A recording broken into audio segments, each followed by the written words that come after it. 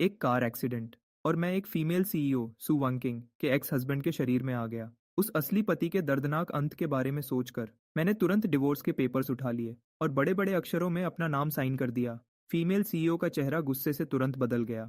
चेंशु, क्या तुमने इस बारे में अच्छे से सोच लिया है? मेरा दिल एक पल के लिए रुक गया और मैंने जल्दी से अपना वॉलेट जोर से पकड़ लिया। मजाक कर रहे हो क्या? ये ब्रेकअप के बहुत सारे पैसे हैं। मैं मरते दम तक एक पैसा भी वापस नहीं करूंगा। हॉस्पिटल के बेड पर 3 दिन तक लेटे रहने के बाद मैंने आखिरकार मान लिया कि मैं एक दूसरी दुनिया में आ गया हूँ। एक आम कॉलेज स्टूडेंट एक अजीब सी सीईओ वाली नॉवल की दुनिया में आ गया था, वह भी एक बुरे साइड कैरेक्टर के रूप में। और वह कोई और नहीं बल्कि उस फीमेल सीईओ का एक्स हस्बैंड था। अपने खानदान के पैसे और ताकत के दम पर वह बहुत बदतमीजी करता था और खुद को सबसे बड़ा समझता था। उसे ओपनिंग सेरेमोनी में ही फीमेल लीड सु वंकिंग से पहली नजर में प्यार हो गया था। उसके बाद से वह लगातार उसके पीछे पड़ा रहा और हर गंदी चाल चलकर उसने उसे मुझसे शादी करने पर मजबूर किया। सु वनकिंग एक आम नॉवेल की हीरोइन जैसी थी, गरीब परिवार से लेकिन सुंदर और दिमागर की तेज। उसके पापा चल नहीं सकते थे और उसकी माँ बहुत बीमार थी। अपने परिवार के इलाज के पैसे इकट्ठे करने के लिए उसने आखिरकार हार मान ली और मुझसे शादी कर ली। शादी के 5 साल बीत गए। वह एक आम ऑफिस वर्कर से बिजनेस की दुनिया की एक बड़ी स्टार बन गई। हमारा रिश्ता दिन ब दिन खराब होता गया। सु वनकिंग भी धीरे धीरे मेरे काबू से बाहर हो गई। फिर भी मैं इस बात से बिल्कुल बेखबर था और पहले की तरह ही घमंड दिखाता रहा, जब तक एक दिन मैंने उसके पहले प्यार को जमीन पर नहीं गिरा दिया।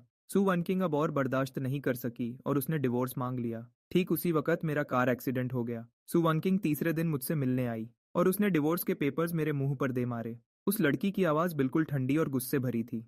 उसके चेहरे पर सिर्फ नफरत और चिढ़ दिख रही थी। चेंशु, क्या तुम्हारा नाटक खत्म हो गया? लेकिन फिर भी जैसे ही मैंने उसका चेहरा साफ साफ देखा, मेरा दिल एक पल के लिए रुक गया। कोई हैरानी नहीं कि इस शरीर का असली मालिक इसके पीछे पागल था। यह चेहरा सच में बहुत सुंदर है। मैंने डिवोर्स के पेपर्स पर देखा, जहां लिखा था कि मुझे कितने पैसे और प्रॉपर्टी मिलेंगे। मेरा दिल रुकने ही वाला था। बाप रे, मैं तो अमीर हो गया। इस शरीर के असली मालिक का परिवार सच में बहुत अमीर था, लेकिन वह एक बदतमीज और जिद्दी इंसान था।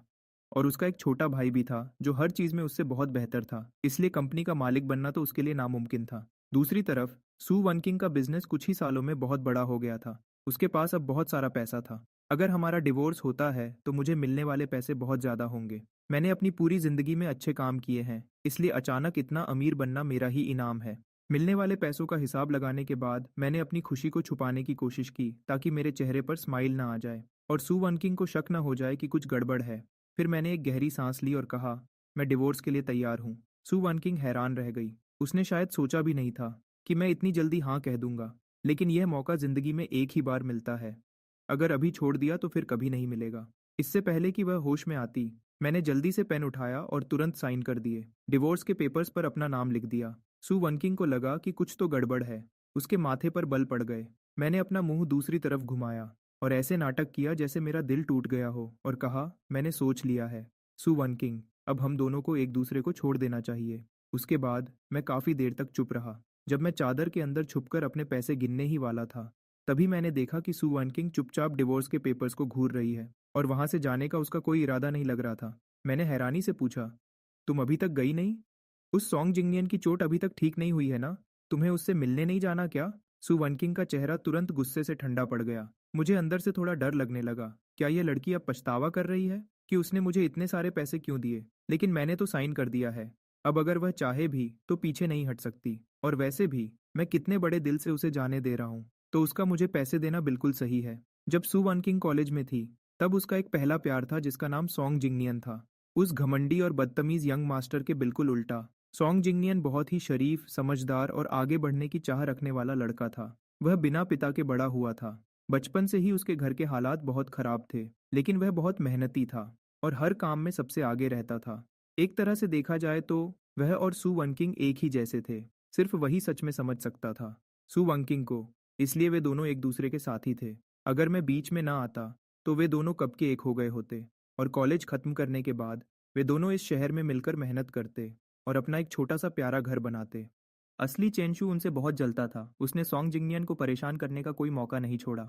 वह चिल्लाती, वह हमेशा उससे झगड़ा करता रहता था। आखिर में वह पागल हो गया और उसने उस पर हमला कर दिया। उसके बाद से सु वनकिंग चेंशु से नफरत करने लगी और उसने उससे सारे रिश्ते तोड़ लिए। कोई भी समझ सकता है कि हीरो और हीरोइन दोनों से दुश्मनी लेने के बाद इस बुरे साइड कैरेक्टर का क्या बुरा हाल होने वाला था।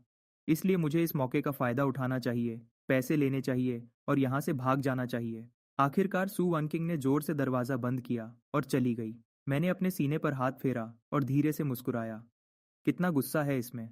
लेकिन जो पैसा और प्रॉपर्टी मुझे मिलने वाली थी, उसके बारे में सोचकर मैं फिर से खुश हो गया।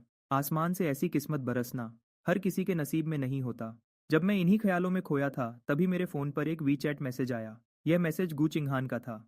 उसके लिखे शब्दों से साफ पता चल रहा था कि वह मेरा मजाक उड़ा रही है। मैंने सुना है कि आखिरकार आज सू वनकिंग तुमसे मिलने आई थी। वह मेरी बचपन की दोस्त है। एक अमीर खानदान की जिद्दी लड़की, जो हमेशा पार्टी करने और मज़े उड़ाने के लिए जानी जाती है। वह सू वनकिंग को बिल्कुल पसंद नहीं करती थी और सू वनकिंग भी उसे पसंद नहीं करती थी। दोनों एक दूसरे के बिल्कुल खिलाफ थे। खास करके जब से मेरी और सू वनकिंग की शादी हुई थी, हमारे दोनों परिवारों का आना जाना बढ़ गया था। उसके पिताजी अक्सर सू वनकिंग का नाम लेकर उससे कंपेयर करते थे। इस वजह से गू चिंगहान सू वनकिंग से और ज़्यादा नफरत करने लगी थी। वह मुझे डांटती थी कि मैं प्यार में अंधा हो गया हूँ और हमेशा मुझे बेवकूफ़ कहती थी। इस बार भी वह पक्का मेरा मजाक उड़ाने ही आई थी, लेकिन मुझे कोई फर्क नहीं पड़ता था। मैं तो अपना मिला हुआ मोटा पैसा गिनने में बिजी था। अब रोने का टाइम किसके पास है? मैंने थोड़ी देर सोचा और फिर डिवोर्स अग्रीमेंट की एक फ़ोटो खींचकर उसे भेज दी। आज से तेरा भाई सिंगल है, अब मुझे अच्छी सी पार्टी दे। गुचिंगहन ने तुरंत मुझे फ़ोन किया और पहला सवाल पूछा, क्या तुम पागल हो गए हो? अपनी जुबान को संभालो। जैसे ही मैं हॉस्पिटल से डिस्चार्ज होऊंगा, हम सिविल अफेयर्स ब्यूरो जाकर इसे पक्का कर देंगे। अच्छा हुआ कि एक्सीडेंट ज़्यादा बड़ा नहीं था, बस सिर पर थोड़ी चोट आई है। मैं चाहता हूँ कि तुम मेरा साथ देने आओ। जू चिंगहान थोड़ी देर के लिए चुप हो गई और फिर अचानक जोर से हंस पड़ी। ठीक है यंग मास्टर चैन, तुम क्या चाहते हो कि मैं तुम्हारा साथ कैसे दूं? एक हफ्ते बाद मैंने एक महंगा सूट पहना और बिल्कुल हीरो बनकर हॉस्पिटल से डिस्चार्ज हुआ। गुचिंगहन ने अपने हाथ बांधे और मजाक उड़ाते हुए कहा, हॉस्पिटल में ऐसे कपड़े पहनकर कौन घूमता है? तुम थोड़े ठीक ठाक लग रहे हो। मैंने अपना सिर हिलाया और कहा, तुम्हें क्या पता, आज बहुत बड़ा दिन है। गुचिंगहन ने इस बात पर ध्यान नहीं दिया और बाहर जाने के लिए घूमी। लेकिन अचानक हमारे सामने सू वनकिंग आ गई। सू वनकिंग ने एक पल के लिए गुचिंगहन को देखा। उसके चेहरे पर गुस्सा और ठंडक थी। मैं उसके पास गया और मुस्कुराते हुए कहा, तुम आ गई। गाड़ी कहाँ है? सू वनकिंग का गुस्सा थोड़ा कम हुआ और उसने कहा, पार्किंग में है, चलो। गुचिंगहान से यह बिल्कुल बर्दाश्त नहीं हुआ। चलो। गुचिंगहान से यह बिल्कुल बर्दाश्त नहीं हुआ। उसने अपना सिर थोड़ा घुमाया और अपनी सुंदर आंखों से मुझे घूरते हुए कहा, चेंशु, क्या तुम मेरी गाड़ी में नहीं चल रहे? मैंने अपना हाथ हिलाया और कहा, मुझे पहले सू वांकिंग के साथ सिविल अफेयर्स ब्यूरो जाकर डिवोर्स के पेपर्स लेने हैं। उसकी गाड़ी में जाना ज़्यादा आसान रहेगा। यह कहकर मैंने सू वांकिंग को जल्दी करने को कहा, जो वहाँ चुपचाप खड़ी थी। तुम वहाँ खड़ी क्यों हो? चलो अब। गू चिंगहान जोर से हंस पड़ी और बोली, सही बात है, यह बहुत ज़रूरी काम है, देर मत करो। सू वनकिंग ने मजाक उड़ाते हुए कहा, चेंशु, क्या तुम सच में मुझसे पीछा छुड़ाने के लिए इतनी जल्दी में हो? मैंने सच सच जवाब दिया, खास करके इसलिए क्योंकि आज रात तुम्हारा कोई और प्लान है। मैं बस इस काम को जल्दी खत्म करना चाहता हूँ, ताकि तुम्हारा टाइम खराब ना हो, है ना? सुवन किंग हमेशा बहुत बिजी रहती थी। वह साल में बस कुछ ही बार घर आती थी। मुझे पता था कि वह मुझे देखना नहीं चाहती, और सच कहूँ तो मुझे भी उसके साथ रहने में कोई इंटरेस्ट नहीं था। हम दोनों का अलग हो जाना और अपने काम से काम रखना ही सबसे अच्छा है। सिविल अफेयर्स ब्यूरो में ज्यादा भीड़ नहीं थी। जल्दी ही मेरी और सू वनकिंग की बारी आ गई। जैसे ही हम अंदर जाने वाले थे, तभी अचानक सू वनकिंग का फोन बजने लगा। मैंने अपनी आंख के कोने से देखा। वह सॉन्ग जिंगयान का फोन था। सू वनकिंग ने थोड़ा साइड में होकर फोन उठाया। मैंने धीरे से उसकी मीठी और नर्म आवाज़ सुनी। मैं अभी बाहर हूँ, कुछ काम निपटा रही हूँ। उसने कभी भी ऐसी आवाज़ में मुझसे बात नहीं की थी। ये शादी शुरू से ही एक ज़बरदस्ती का रिश्ता थी। पूरे 5 साल तक हम दोनों हमेशा एक दूसरे से लड़ते रहे। हमारे लिए साथ में ढंग से खाना खाना भी मुश्किल था, तो ऐसी प्यार भरी बातें करना तो बहुत दूर की बात थी। वहाँ के ऑफिसर ने हमें 2 बार बोला, आप दोनों को पेपर साइन करने हैं या नहीं? मैंने अपना सिर हिलाया। मुझे इस शरीर के असली मालिक के लिए थोड़ा बुरा लग रहा था। सू वनकिंग के दिल में उसके लिए कोई जगह नहीं थी। सु वंकिंग, मैंने आवाज दी। मैंने जोर से कहा, क्या इस बार हम पहले मेरा काम खत्म कर सकते हैं? सु वनकिंग हमेशा सॉन्ग जिंगयान को ही सबसे पहले रखती थी। इस शरीर के असली मालिक ने इस बात पर बहुत झगड़ा किया था, लेकिन वह हमेशा बेपरवाह और पत्थर दिल बनी रही। वह असली मालिक सच में बेवकूफ था, जो सोचता था कि वह सॉन्ग जिंगयान से जीत सकता है। यह तो खुद को दुख देने वाली बात थी। सु वनकिंग भी ऐसी ही थी। अगर वह इस बार मुझे पहले रखती, तो क्या वह जल्दी ही अपने सच्चे प्यार के साथ खुलेआम नहीं रह पाती? सु वनकिंग का चेहरा अचानक उतर गया। फिर उसने फोन पर दूसरी तरफ खड़े इंसान से कहा, पहले डॉक्टर जांग से अपना चेकअप करवा लो। मैं बस अभी आती हूँ। मैं बस अभी आती हूँ। 20 मिनट बाद जब नया नया डिवोर्स सर्टिफिकेट मेरे हाथ में आया, तो खुशी से मेरी आंखों में आंसू आ गए। मुझे मिल गया। मेरा मोटा पैसा अब मेरे हाथ में है। आज से बस घूमना फिरना और पार्टी करना है, मज़े उड़ाने हैं और एक खुशहाल ज़िंदगी जीनी है। मैंने पूरे दिल से सू वनकिंग से कहा। सू वनकिंग, तुम्हारा बहुत शुक्रिया। तुम्हारे इस पैसे के लिए शुक्रिया। अब हम कभी एक दूसरे से नहीं मिलेंगे। मैं अभी बाहर ही आया था कि मेरी नज़र गू चिंगहान पर पड़ी। जब मेरी नज़र गू चिंगहान पर पड़ी, बहुत ही चमकीली और सुंदर लाल फेरारी चला रही थी, जो सबका ध्यान अपनी तरफ खींच रही थी। मैंने उसे न देखने की कोशिश की, पर रह नहीं पाया। मैं खुशी खुशी उसकी तरफ बढ़ा। अब मेरे पास पैसे हैं, मुझे उन्हें खर्च करना है। अचानक मेरे पीछे से सू वंकिंग की रोने जैसी आवाज़ आई। मैंने जल्दी से पीछे मुड़कर देखा। क्या कोई और बात है? सू वंकिंग ने अपने लाल होंठ जोर से दबा रखे थे। एक पल के लिए उसके चेहरे के भाव समझना मुश्किल था। अगर मेरी जगह इस शरीर का असली मालिक होता, तो उसे इस तरह परेशान देखकर वह तब तक पूछता रहता जब तक उसे जवाब न मिल जाता। लेकिन अब मुझ में नाटक करने की हिम्मत नहीं थी। अगर कोई बात नहीं है, तो मैं जा रहा हूँ। मैंने अपनी चाल तेज कर दी। मेरे जैसे आम इंसान के लिए कहानी के हीरो और हीरोइन से जितना दूर रहो, उतना ही सुकून मिलता है। जब मैं गूचिंग हान की गाड़ी में बैठकर निकल गया, तो मैंने पीछे देखने वाले शीशे में देखा। सू वानकिंग वहां अकेले खड़ी थी और उसके आसपास से गाड़ियां और लोग गुजर रहे थे। फिर भी वह बहुत अकेली लग रही थी। अब मेरे जैसा परेशान करने वाला इंसान उसके पीछे नहीं था। वह आखिरकार आजाद हो गई थी, है ना? गूचिंग हान ने मेरी तरफ एक नजर देखा। मैंने बिना किसी दुख के खुशी से जवाब दिया, तुमने अपने क्लब की सुंदर लड़कियों को मेरे लिए बचा कर रखा है ना? गूचिंग हन बिल्कुल हैरान रह गई। मैं तो फालतू में परेशान हो रही थी। मुझे लगता था कि तुम मुझसे बहुत प्यार करते हो, लेकिन तलाक होते ही तुम्हारे चेहरे पर साफ खुशी दिख रही है। क्या यह इतना साफ दिख रहा है? मैंने अपना चेहरा देखने के लिए गाड़ी का शीशा नीचे किया। अभी मैं 28 साल का हूँ। भले ही मेरी उम्र अचानक 10 साल बढ़ गई है, लेकिन अच्छी बात यह है कि यह चेहरा बहुत सुंदर है। और सबसे बड़ी बात, मेरे पास पैसा है।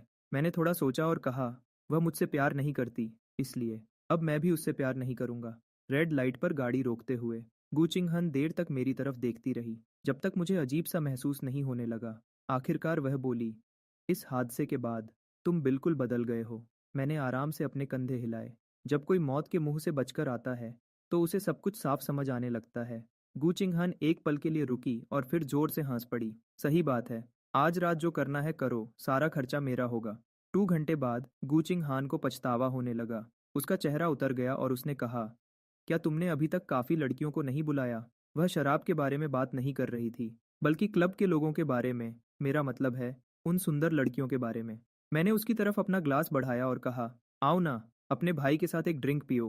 बोलते हुए मैंने उसके कंधे पर हाथ रखा और आसपास खड़ी सुंदर लड़कियों की तरफ इशारा किया। देखो, ये सब कितनी प्यारी और सुंदर हैं। इनमें से कोई भी मेरी पुरानी पत्नी से कहीं ज्यादा अच्छी है। मैं भी कितना अजीब था। दुनिया में सुंदर लड़कियों की कोई कमी नहीं है। उसके पास पैसा भी था और शक्ल भी।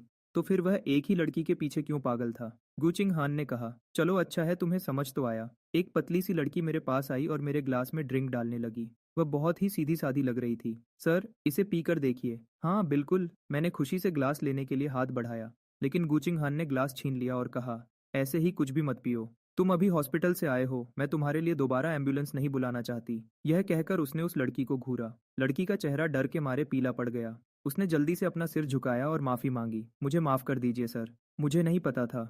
मैंने अपना हाथ हिलाया और कहा, कोई बात नहीं, आज मेरा मूड बहुत अच्छा है। फिर मैंने मुस्कुराकर गूचिंग हान की तरफ देखा और कहा, तुम भी कमाल हो। यह तो गलत बात है। तुम खुद तो जो चाहे करो और मुझे एक छोटा सा काम भी न करने दो। जब तुम्हारे दोस्त तुम्हें ड्रिंक पिला रहे थे, तब तो तुम मजे से पी रही थी, तो फिर मेरे वक्त पर ऐसा क्यों? गूचिंग हन गुस्से में हंस पड़ी। तुम इन दोनों बातों को एक जैसा कैसे कह सकते हो? क्यों नहीं कह सकता? मैंने ठान लिया था कि मैं फिर से एक अमीर और बेपरवाह लड़का बनूंगा और जो मेरा मन करेगा वह करूंगा। गुचिंग हान ने अचानक पूछा, वैसे क्या तुम्हारे घर वालों को इस बारे में पता है? मैं हैरान रह गया। अरे यार, मैं तो इस बारे में बिल्कुल भूल ही गया था। इससे पहले कि मैं कुछ बोल पाता, गुचिंग हान मेरा चेहरा देखकर सब समझ गई। मुझे पता था कि तुम्हारी उन्हें बताने की हिम्मत नहीं हुई। इस शरीर के असली मालिक के रिश्ते उसके घर वालों के साथ अच्छे नहीं थे। उसके माँ बाप बहुत जिद्दी और पुराने ख्यालात के थे, और वह उसके छोटे भाई को ज्यादा प्यार करते थे। उसका मिजाज थोड़ा जिद्दी था। जब वह सू वनकिंग से शादी करना चाहता था, तो उसका अपने घर वालों के साथ बहुत बड़ा झगड़ा हुआ था। बाद में जब सू वनकिंग का करियर बहुत अच्छा चलने लगा, तो उसके घर वालों का बर्ताव पूरा बदल गया। वो बार बार उसे डांटते भी थे, सू वनकिंग के साथ उसकी लड़ाई को लेकर। साफ बात तो यह है कि इस बुरे सपोर्टिंग कैरेक्टर की पहले की जिंदगी बिल्कुल भी आसान नहीं थी। लेकिन जो भी हो, अब डिवोर्स के पेपर्स मेरे हाथ में हैं। अब डरने की क्या बात है? इसके बाद के दिनों में जिंदगी मेरी सोच से भी ज्यादा खुशहाल हो गई थी। मैंने काम वाली से कहकर सू वनकिंग का सारा सामान पैक करवाया और उसे वहां से भेज दिया। यह विला असल में शादी के बाद का घर था, जिसे इस शरीर के असली मालिक के माँ बाप ने उनके लिए खरीदा था। लेकिन सू वानकिंग को यहाँ रहना पसंद नहीं था। शायद इस जगह का कोना कोना उसे याद दिलाता था उस अपमान की जो असली मालिक की वजह से उसे झेलना पड़ा था। शुरू में वह ज्यादातर अपनी कंपनी में ही सो जाती थी। बाद में जब उसका करियर अच्छा चलने लगा तो उसने ऑफिस के पास एक अपार्टमेंट खरीद लिया। असली मालिक एक बार वहां गया था, जहां अचानक उसकी मुलाकात सोंग जिंगयान से हो गई। हालांकि सोंग जिंगयान ने तुरंत सफाई दी कि वह वहां सिर्फ बारिश से बचने के लिए थोड़ी देर के लिए रुका था। लेकिन असली मालिक के गुस्से को देखते हुए वह कैसे शांत रहता। उस वक्त उसकी और सू वानकिंग की बहुत बड़ी लड़ाई हुई। उन दोनों ने एक पूरे महीने तक एक दूसरे से बात नहीं की। आखिर में असली मालिक ही था जो इस बात को झेल नहीं पाया, और उसने खुद ही पीछे हटकर समझौता कर लिया। इसमें उसकी क्या गलती थी, जब उसकी आंखों और दिल में सिर्फ सू वानकिंग ही बसी थी। चलो, अब तो बहुत अच्छा है। ये बड़ा और आलीशान 3 मंजिला विला अब सिर्फ मेरा है। सू वानकिंग का यहाँ ज्यादा सामान नहीं था, लेकिन उसे साफ करने के बाद मुझे यह घर थोड़ा खाली लगा। इसलिए मैं तुरंत शॉपिंग करने निकल गया। फिर मैं अपनी पसंदीदा दुकानों पर एक राजा की तरह उंगली उठाकर सामान चुनने लगा। मुझे यह चाहिए और वह भी चाहिए, मुझे इनकी ज़रूरत नहीं है, बाकी सब मेरे लिए पैक कर दो। अभी करता हूँ मिस्टर चेन। स्टोर मैनेजर खुशी से खिल उठा। कई सेल्स वाले मेरे पीछे पीछे मेरे बैग्स उठाए चल रहे थे। अचानक जैसे ही मैं दरवाजे से बाहर निकला, मेरी मुलाकात सू वनकिंग से हो गई। मुझे देखकर वह वहीं रुक गई। मैंने देखा कि सोंग जिंगयान ठीक उसके पीछे खड़ा था। लगता है उसके पैर की चोट अब काफ़ी ठीक हो गई है। अब तो वह मॉल में घूम भी सकता है। सू वनकिंग ने अपना मुंह थोड़ा खोला और खुद ही बोल पड़ी, जल्दी ही इसकी माँ का बर्थडे है, इसलिए मैं इसे यहाँ गिफ्ट पसंद करने के लिए लाई हूँ। मैंने अपनी आंखें झपकाईं। वह मुझे ये सब क्यों बता रही है? मुझे इससे कोई फर्क नहीं पड़ता था, लेकिन तमीज़ के नाते मैंने बस अपना सिर हिला दिया। लेकिन इससे पहले कि मैं वहाँ से जाता, सोंग जिंगयान बोल उठा। वह थोड़ा शर्मिंदा दिख रहा था। मिस्टर मिस्टर चेन, मुझे माफ़ कीजिएगा, मेरा पैर अभी पूरी तरह ठीक नहीं हुआ है। इसलिए मुझे सू वनकिंग से मदद मांगनी पड़ी ताकि वह मुझे यहाँ ला सके। मैंने देखा कि आपने काफ़ी सारा सामान खरीदा है। क्या यह उठाने में थोड़ा भारी नहीं है? क्यों ना सू वनकिंग को आपकी मदद करने दें। मैं खुद ही संभाल सकता हूँ। इसकी बातें सुनो। बात करने का क्या तरीका है? इस बात से उसने सू वनकिंग को याद दिलाया कि मैंने ही उसे धक्का दिया था, और साथ ही यह भी जता दिया कि मुझे जलन नहीं होनी चाहिए, और बड़ा बनते हुए सू वनकिंग से मेरी मदद करने को कह रहा है। मैंने मुस्कुराते हुए जवाब दिया, कोई ज़रूरत नहीं है। मेरी गाड़ी ठीक नीचे खड़ी है। और वैसे भी मेरे निजी मामलों में मिस सू को परेशान न करना ही बेहतर होगा। सोंग जिंगयान हैरान रह गया। क्या? मैंने भी हैरानी से सू वनकिंग की तरफ देखा। मिस सू, आपने अभी तक मिस्टर सॉन्ग को नहीं बताया कि हमारा डिवोर्स हो चुका है। सोंग जिंगयान ने पूरे झटके के साथ सू वनकिंग की तरफ देखा। सू वनकिंग के चेहरे की मुस्कुराहट गायब हो गई। उसका चेहरा उतर गया। मुझे बातों का तमाशा बनाना पसंद नहीं है। तो वह मेरे जश्न मनाने पर ताना मार रही थी। मैंने तो बस कुछ डिवोर्स पार्टीज दी थी, बस इतना ही। क्या इसमें इतना चिढ़ने की कोई ज़रूरत है? सोंग जिंगयान ने बिल्कुल भी नहीं सोचा था कि उसे अचानक इतना बड़ा झटका लगेगा। उसका मुंह खुला का खुला रह गया और वह हकबकाते हुए बोला, वानकिंग, आपका और मिस्टर चेन का आपने मुझे क्यों नहीं बताया? उसकी आवाज़ सुनकर सू वनकिंग को आखिरकार याद आया कि वह अभी भी उसके पास ही खड़ा है। वैसे ये आदमी है कौन? थोड़ी देर रुककर उसने धीमी आवाज़ में सफाई दी। मैं आजकल बहुत बिजी थी। पहले मुझे टालने के लिए यह उसका सबसे पसंदीदा बहाना होता था। किसने सोचा था कि वक्त बदल जाएगा और सोंग जिंगयान के साथ भी बिल्कुल वैसा ही होगा। लेकिन आखिरकार हीरो और सपोर्टिंग कैरेक्टर में फ़र्क तो होता ही है। सोंग जिंगयान के लिए ये बातें बहुत बड़ी और खुशी की खबर थी। उसकी आंखें मेरे और सू वनकिंग के बीच घूमने लगीं। कुछ बार उसने एक शर्मिंदा चेहरा बनाया और कहा, मुझे माफ़ कीजिएगा। उसने एक शर्मिंदा चेहरा बनाया और कहा, मुझे माफ़ कीजिएगा। मुझे पहले नहीं पता था। मेरा ये बात उठाने का कोई गलत मतलब नहीं था। मिस्टर चेन, आप इस बात का बुरा तो नहीं मानेंगे ना? बिल्कुल नहीं। अब मेरा इस औरत से कोई लेना देना नहीं है। चलो, आप दोनों अपनी शॉपिंग एंजॉय करो। मेरे पास कुछ लड़कियां हैं जो मेरे बैग्स उठाने के लिए खड़ी हैं। ये काफ़ी भारी हैं। तभी सू वनकिंग अचानक बोल पड़ी, रुको। क्या? मैं पीछे मुड़ा। क्या कोई और बात है मिस बिल्सू? सू वनचिंग ने अपना माथा सिकोड़ा। ऐसा लगा कि उसे अभी भी आदत नहीं थी मेरे इस अचानक बदले हुए बर्ताव की। कल मेरी माँ ने कहा था कि तुम बहुत दिनों से उनसे मिलने नहीं आए। सू वनकिंग की आवाज़ धीमी हो गई। ऐसा लग रहा था कि उसे यह कहने में मुश्किल हो रही है, लेकिन उसके पास बोलने के अलावा कोई रास्ता नहीं था।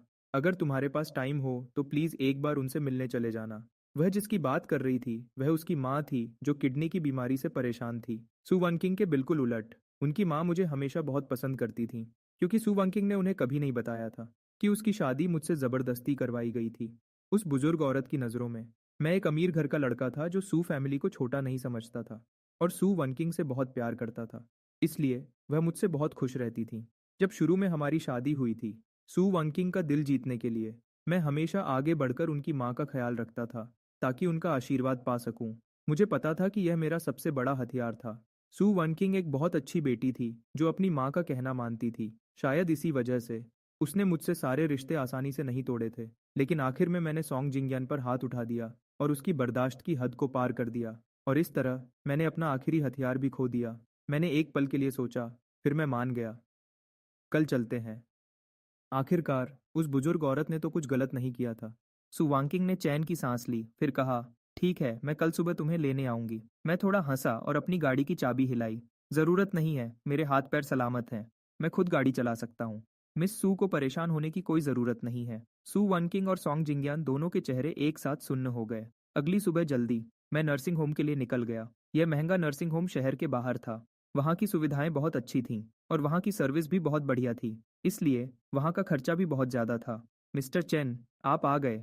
नर्स ने मुझे देखते ही तमीज से मेरा स्वागत किया। उसे सू वानकिंग ने काम पर रखा था, यह जानते हुए कि मेरे और सू वानकिंग के रिश्ते अच्छे नहीं हैं। वह भी मुझसे थोड़ी दूरी बनाकर रखती थी। सू की माँ बिस्तर पर लेटी हुई थीं। साल भर की किडनी की बीमारी ने उन्हें बहुत कमजोर और दुबला पतला कर दिया था। उनका शरीर बहुत कमजोर हो गया था। लेकिन शुक्र है कि पिछले कुछ सालों से इस नर्सिंग होम में रहने की वजह से उनकी हालत पहले से काफी बेहतर हो गई थी। सू वानकिंग की नज़र मेरे हाथ में पकड़े खाने के डिब्बे पर थोड़ी देर के लिए रुकी। उसने नफरत से अपना मुंह बनाया। यहाँ तक कि एक नर्स भी मेरे इस तरह खुश करने की कोशिश को बेकार समझती थी, क्योंकि उसे पता था कि मैं कुछ भी कर लूँ, मुझे सिर्फ सू वनकिंग की नफरत ही मिलेगी। चेंशु, सू की माँ ने मुझे देखा। उनके चेहरे पर एक प्यारी सी मुस्कान आ गई। तुम आजकल बहुत बिजी हो, है ना? मैंने तुम्हें बहुत दिनों से नहीं देखा। मैंने अंदर ही अंदर एक ठंडी सांस ली। शुरू से आखिर तक मैं सिर्फ उनका इस्तेमाल कर रहा था, लेकिन उन्होंने मुझे सच में अपना मान लिया था। उस बुजुर्ग औरत ने तो कुछ गलत नहीं किया था। हाँ, थोड़ा बिजी था। मैं आपके लिए चिकन सूप लाया हूँ। आप इसे बाद में थोड़ा पी लेना। सू की माँ ने फिर से मेरा हाथ पकड़ लिया। उन्होंने बहुत देर तक मुझे देखा और ध्यान से पूछा, क्या सू वानकिंग ने तुम्हें फिर से गुस्सा दिलाया? मैंने ना में सिर हिलाया, लेकिन सू की माँ को यकीन नहीं हुआ। उन्होंने मजबूरी में आह भरी। वानकिंग बचपन से ही जिद्दी है और वह हमेशा बातें अपने अंदर ही दबाए रखती है। अगर उसने तुम्हें दुखी किया है तो मुझे बताओ, मैं तुम्हारे लिए उसे डांटूंगी। मुझे और भी ज्यादा बुरा लगा। मैंने पहले उन्हें तलाक के बारे में बताने का सोचा था, लेकिन बात मेरे गले में ही अटक गई। मैं उन्हें यह बात कह ही नहीं पाया। मैं वहां रुका और सू की माँ के साथ खाना खाया और उनसे थोड़ी देर और बातें की। जाने से पहले मैं बहुत देर तक हिचकिचाया। आखिरकार मैंने बहुत मुश्किल से कहा, आने वाले दिनों में थोड़ा काम ज्यादा रहेगा, इसलिए शायद मैं आपसे रोज रोज मिलने ना आ सकूं। मैं पहले अपना आना जाना कम करूंगा, फिर कोई सही वक्त देखकर उन्हें बता दूंगा। शायद ऐसा करना ही सबसे बेहतर होगा। यह बात हमेशा के लिए तो नहीं छुप सकती थी। अगर मैं मान भी जाता तो भी सू वनकिंग इस बात को नहीं मानती। अगर मैं यहाँ बार बार आता तो उसे लगता कि मेरे दिमाग में अभी भी कोई चालाकी चल रही है। सू की माँ ने मेरा हाथ थपथपाया। उन्होंने धीरे से आह भरी।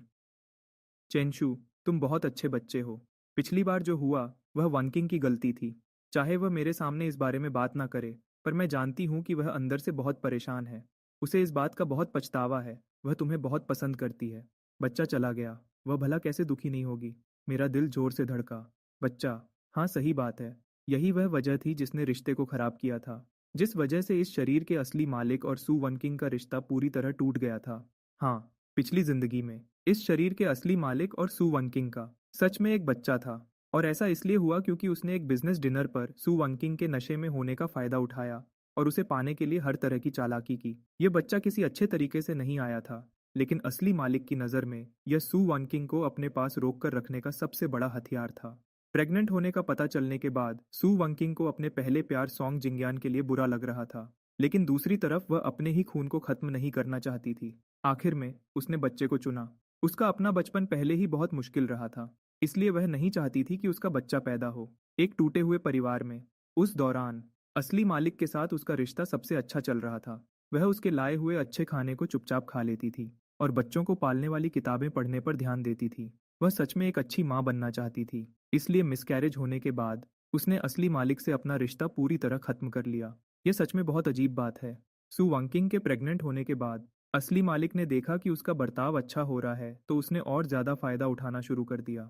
वह उसे 24 घंटे अपने पास रखना चाहता था। जब भी सू वंकिंग मना करती तो वह बच्चे की भलाई का बहाना बनाता या कहता कि यह परिवार के रिश्ते को मजबूत करने के लिए है, और सू वनकिंग को मजबूर होकर उसकी बात माननी पड़ती। धीरे धीरे सु वनकिंग का सब्र टूटने लगा। एक बार सु वनकिंग को काम के सिलसिले में बाहर जाना था और उसके साथ जाने वालों में सॉन्ग जिंगयान भी था। असली मालिक ने साफ मना कर दिया और कहा कि वह किसी और को भेजे और खुद घर पर रहकर प्रेगनेंसी पर ध्यान दे। सु वनकिंग को लगा कि वह उसकी आज़ादी में दखल दे रहा है। वह उस पर शक करता था और उसे काबू में रखना चाहता था। उन दोनों के बीच बहुत बड़ा झगड़ा हुआ। चेंशु, क्या तुम एक बार के लिए नॉर्मल नहीं रह सकते? सबको अपने जैसा घटिया समझना बंद करो, ठीक है? यह कहकर सु वनकिंग ने जोर से दरवाजा बंद किया और चली गई। इसका नतीजा यह हुआ कि उसी रात असली मालिक को खबर मिली कि बहुत ज्यादा गुस्से की वजह से सु वनकिंग का मिसकैरेज हो गया है। आप सोच सकते हैं, जैसे ही यह हुआ उनका रिश्ता तुरंत टूट गया और उनके बीच एक भयानक झगड़ा हुआ। अगर पहले की बात करें तो सु वनकिंग को असली मालिक से सिर्फ नफरत थी, लेकिन इसके बाद वह नफरत और भी गहरी हो गई। उसने फिर कभी उस घर में कदम नहीं रखा और उससे पूरी तरह रिश्ता तोड़ लिया। फिर एक दिन असली मालिक ने सॉन्ग जिंगयान के पास जाकर उसे सीढ़ियों से नीचे धक्का दे दिया। यह आखिरी हद थी। मैं थोड़ी देर खामोश रहा, फिर मैंने कहा, अब ये सब पुरानी बात हो गई है। पुराना चेंशु मर चुका है। ये सब यहीं खत्म होता है। नर्सिंग होम से निकलते वक्त मेरा मूड थोड़ा खराब था। मुझे नहीं पता था कि ये मदर सू की वजह से था या फिर पुराने चेंशु की वजह से, लेकिन वह थोड़ी सी उदासी उसी वक्त गायब हो गई जब मुझे एहसास हुआ कि मैंने गलती से अपनी कार की चाबी कचरे के डिब्बे में फेंक दी थी और मेरी परेशानी हद से ज़्यादा बढ़ गई। परेशानी में मैंने गूचिंग हान को फ़ोन किया ताकि वह मुझे लेने आ सके। सुनते ही गूचिंग हान को यह बात बहुत अजीब लगी। क्या मैं तुम्हारी ड्राइवर लगती हूँ? क्या मैं बस तुम्हारे हुक्म का इंतज़ार करती रहूँ? ऐसा नहीं है कि मैं तुम्हें पैसे नहीं दूंगा, मैंने कहा। गूचिंग हान, यह नर्सिंग होम बहुत दूर और सुनसान जगह पर है। यहाँ कोई टैक्सी मिलना नामुमकिन है। इसलिए गूचिंग हान न चाहते हुए भी गाड़ी चलाकर वहाँ आई। जब हम घर पहुँचे तो अंधेरा हो चुका था और सबसे बड़ी बात, बाहर तेज बारिश हो रही थी। बाहर तेज बारिश को देखते हुए मैंने थोड़ी दया दिखाई और गूचिंग हान को अंदर बुला लिया। मैंने उसे दूसरी मंजिल पर गेस्ट रूम दे दिया। अगली सुबह उम्मीद से पहले ही किसी ने दरवाजे की घंटी बजाई। मैंने आधी आंख खोली और नींद में ही दरवाजा खोलने चला गया। बाहर जो खड़ी थी वह कोई और नहीं बल्कि सु वनकिंग थी। वह बस कुछ बोलने ही वाली थी कि तभी सीढ़ियों से आने की आवाज सुनाई दी। गूचिंग हन की आवाज आई, जिसमें नींद से जगाए जाने का गुस्सा साफ पता चल रहा था। कौन है? सु वानकिंग का चेहरा तुरंत बिल्कुल ठंडा पड़ गया। उसका एक एक शब्द ऐसे निकल रहा था जैसे वह गुस्से में दांत पीस रही हो। लगता है मैं गलत वक्त पर आ गई। तुम दोनों को परेशान करने के लिए माफी चाहती हूँ। मैंने मन ही मन गुस्से से अपनी आंखें घुमाई। तो तुम्हें पता है कि तुमने किसी की नींद खराब की है, और वैसे भी ये कैसा बर्ताव है? ये मेरा घर है, ठीक है? तुम तो बस मेरी एक्स वाइफ हो। तुम्हें गुस्सा होने का क्या हक है? ऐसा चेहरा बना रही हो जैसे मैंने तुम्हें धोखा दिया हो। ये सब किसके लिए है? तुमने इतने समय तक मुझे धोखा दिया और मैं इतना बड़ा दिल वाला था कि मैंने जाने दिया। मैंने अपना सिर घुमाया और गूचिंग हान से जोर से कहा, कुछ नहीं है, तुम जाकर सो जाओ। गूचिंग हान नखरे दिखाने वालों को संभालना अच्छे से जानती थी। आखिर वह मेरी वजह से ही बारिश में यहाँ फंसी थी।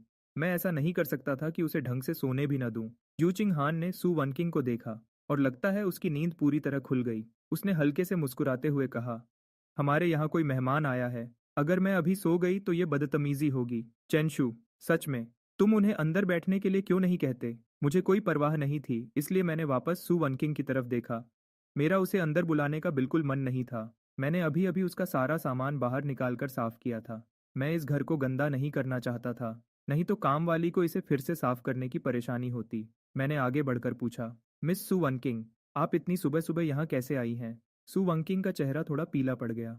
साफ था कि गुचिंगहान की उन ताना मारने वाली बातों ने उसे बहुत गुस्सा दिला दिया था, लेकिन वह गुस्सा नहीं निकाल सकती थी। अगर ये पहले की बात होती तो वह इस घर की मालकिन की तरह बर्ताव करती और गुचिंगहान से कहती कि यहाँ से चली जाए। लेकिन अब वह गुचिंगहान के बराबर भी नहीं थी। वह तो घर के अंदर भी नहीं आ सकती थी। लेकिन इस तरह की औरतें सब्र करना अच्छे से जानती हैं। सु वनकिंग भी ऐसी ही थी। उसने एक गहरी सांस ली, गुचिंगहान को पूरी तरह इग्नोर किया और अपने बैग से एक चाबी निकाली। तुम कल इसे मेरी माँ के घर छोड़ आए थे। उन्होंने मुझसे कहा कि मैं इसे तुम्हारे पास पहुंचा दूं। उसके कहने का मतलब यह था कि वह यहाँ सिर्फ अपनी माँ के कहने पर आई है। शुक्रिया। मैंने चाबी ले ली। वैसे तुम्हें यहाँ तक आने की तकलीफ उठाने की जरूरत नहीं थी। मेरे पास एक और चाबी है। सु वानकिंग कुछ देर के लिए चुप हो गई। मैंने कुछ सेकंड्स इंतजार किया। मेरा सब्र अब खत्म हो रहा था। मैंने उसे आराम से याद दिलाया, मिस सु वानकिंग, क्या कोई और बात है? अगर सु वानकिंग जाने का यह साफ इशारा नहीं समझ पाती तो आज वह जिस मुकाम पर है वहां तक पहुंचने की उसकी सारी मेहनत बेकार जाती। उसने अपने होंठों को जोर से दबाया, नहीं, और दरवाजा बंद होने की आवाज आई। मैंने उसके मुंह पर ही दरवाज़ा बंद कर दिया। गु चिंगहान सीढ़ियों पर खड़ी मुझे देख रही थी। मुझे अजीब लगा। मैंने कहा, तुम तो सोने जा रही थी ना, मुझे ऐसे क्यों घूर रही हो? गु चिंगहान ने अपनी आंखें थोड़ी छोटी कीं, अपने हाथ सीने पर बांधते हुए बोली, कुछ नहीं, बस ये सोच रही थी कि तुम्हारा अपनी एक्स वाइफ के लिए बर्ताव कुछ ज़्यादा ही बेरहम लग रहा है। मैं बिल्कुल चुप हो गया। अगर तुम्हारे पास कहने को कुछ अच्छा नहीं है तो चुप रहो। गु चिंगहान ने अपनी ठुड्डी ऊपर उठाई। चेंशु, मुझे मत बताओ कि तुम नहीं देख सकते कि वह क्या सोच रही है। मैंने पलटकर पूछा। क्या सोच रही है? गु चिंगहान पीछे की तरफ झुकी और आलस से बोली, वह तुमसे मिलना चाहती थी। नहीं तो वह इतनी सुबह सुबह भागती हुई यहाँ कभी नहीं आती, सिर्फ एक कार की चाबी खुद देने के लिए। और जब उसने मुझे इस घर में देखा तो उसका चेहरा इतना खराब नहीं बनता। मैंने अपना सिर हिलाया। तो क्या हुआ? गु चिंगहान ने रेलिंग पर अपनी उंगलियां चलाईं और आराम से पूछा, तुम्हें कुछ महसूस नहीं होता? क्या महसूस होगा? क्या उसके वापस आने पर मैं एक कुत्ते की तरह उसके पीछे भागूं? मुझे यह थोड़ा मजाकिया लगा। गु चिंगहान ने मेरी तरफ देखा। उसकी आंखों में एक चमक थी। वह थोड़ी सीधी होकर खड़ी हो गई। मैंने अपने कंधे उचकाए। मुझे तो बस लगता है कि मैंने उसे तलाक देने में बहुत देर कर दी। अगर मुझे पहले पता होता कि वह कैसी लड़की है तो मैं उसे बहुत पहले ही छोड़ देता। मैंने बिना वजह अपना इतना वक्त खराब किया। गु चिंगहान ने शायद मेरे मुंह से ऐसी बात सुनने की उम्मीद नहीं की थी। उसने कुछ देर मुझे घूरा और फिर अचानक अपना सिर घुमाया और जोर से हंस पड़ी। बुरा नहीं है चेंशु, आखिरकार तुमने थोड़ी समझदारी दिखाई। मुझे थोड़ा अच्छा लगा। मुझे थोड़ा अच्छा लगा। मैंने भी उसकी तारीफ करते हुए कहा, अरे बस करो, मैं तो अभी भी तुमसे बहुत पीछे हूँ। तुम तो इस खेल की असली खिलाड़ी हो, जो बिना किसी दाग के हर मुश्किल से निकल जाती हो। गु चिंगहान थोड़ी परेशान हो गई। मैंने तुम्हें कितनी बार बताया है, मेरा उन लड़कों के साथ कोई चक्कर नहीं है। मैंने तुरंत उसकी हाँ में हाँ मिलाई। मुझे पता है, मुझे पता है। मालकिन, आप तो बस दिखावे के लिए उनके साथ खेल रही हैं। आपको अभी तक आपका सच्चा प्यार नहीं मिला है। क्या सभी कहानियों में ऐसा नहीं लिखा होता कि नखरेबाज लड़की को आखिरकार अपना सच्चा प्यार मिल ही जाता है और वह अपने पुराने सारे हिसाब किताब को 10 गुना करके चुकाती है, 10 गुना करके चुकाती है। गु चिंगहान ने मुझे हैरानी से देखा और बस एक बात कही, मुझे पता था कि तुम जैसे बेवकूफ़ से बात करने का कोई फ़ायदा नहीं है। फिर वह वापस सोने चली गई। मैं दोपहर तक सोता रहा। जब पेट में भूख की वजह से मेरी आंख खुली तो मैंने देखा कि मेरे फ़ोन पर बहुत सारी मिस्ड कॉल्स और मैसेजेस आए हुए थे। यह सब इस शरीर के असली माँ बाप के थे। उन्हें देखते हुए मुझे समझ आया कि उन्होंने अचानक मुझे फ़ोन क्यों किया था। उन्हें सू वंकिंग के साथ मेरे तलाक के बारे में पता चल गया था। क्या तुमने और सू वंकिंग ने तलाक ले लिया? तुम आखिर सोच क्या रहे हो? मैंने तुम्हें कितनी बार बताया है, सू वंकिंग की कंपनी बहुत तेजी से आगे बढ़ रही है। हम तो उनके साथ बिजनेस की बात भी कर रहे हैं। अब जब तुमने ये कर दिया है तो हम क्या करेंगे? तुम अब बड़े हो गए हो। तुम अभी भी इतने गुस्से में फैसले क्यों लेते हो? ऐसे ही तलाक ले लिया। क्या तुम कभी किसी और के बारे में नहीं सोचते? तुम बहुत मतलबी हो। मेरा तुम जैसा कोई बेटा नहीं है। जो भी हो, वही सब पुरानी बातें बार बार लिखी थीं। मैंने उसे थोड़ी देर देखा और फिर ध्यान देना छोड़ दिया। मैं कुछ खाना ढूंढने बाहर गया था। खुशबू बहुत अच्छी थी। मैंने हैरानी से देखा। टेबल पर ढेर सारा अच्छा खाना रखा हुआ था और गू चिंग हान आराम से उस मजेदार खाने को खा रही थी। जू चिंग हान, क्या तुम्हारे अंदर थोड़ा भी जमीर नहीं है? अकेले अकेले खा रही हो? गू चिंग हान ने हैरानी से अपनी आईब्राव उठाई। क्या मैं तुम्हारे लिए भूखी रहूं? बहुत सही बात कही। बिल्कुल सही बोला। इस बात का जवाब देना मुश्किल था। मैं सीधा आगे गया और चॉपस्टिक्स उठा ली और अपना पसंदीदा फिश फ्लेवर्ड श्रेडेड पोर्क उठाया। बाकी सब बातों को छोड़कर गुचिंग हान को खाने की सच में बहुत अच्छी समझ है। उसके खास किचन से मंगवाया गया खाना पैक करवा कर लाने पर भी बाकी सब जगह से बहुत ज्यादा स्वादिष्ट होता है। जूचिंग हान अचानक बोली, तुम्हारे माँ बाप ने मुझे फोन किया था। उन्होंने कहा कि उन्हें तुमसे बात करनी है, लेकिन तुम फोन नहीं उठा रहे हो। मैंने ब्रेस्ड रिब्स का एक और टुकड़ा उठाया। मुझे पता है। गूचिंग हान ने एक पल के लिए अपनी चॉपस्टिक्स रोकी। उसने मेरे फोन की तरफ देखा। क्या तुम्हें उन्हें वापस फोन नहीं करना चाहिए? मैंने हाथ से इशारा किया। कोई जरूरत नहीं है। उन्हें बोलने दो। जो होना था वो हो गया। अब वह मेरा कुछ नहीं बिगाड़ सकते। तभी मेरे फोन की घंटी फिर से बजी। दूसरी तरफ से तुरंत चिल्लाने की आवाज आई, चेंशु, अभी के अभी सू युआनकिंग के पास जाओ। उससे कहो कि तुम गलत थे। उससे कहो कि तुमने गुस्से में ऐसा किया और उससे वापस शादी करने की भीख मांगो। उस तेज औरत की आवाज सुनकर मैंने अपना मुंह बनाया।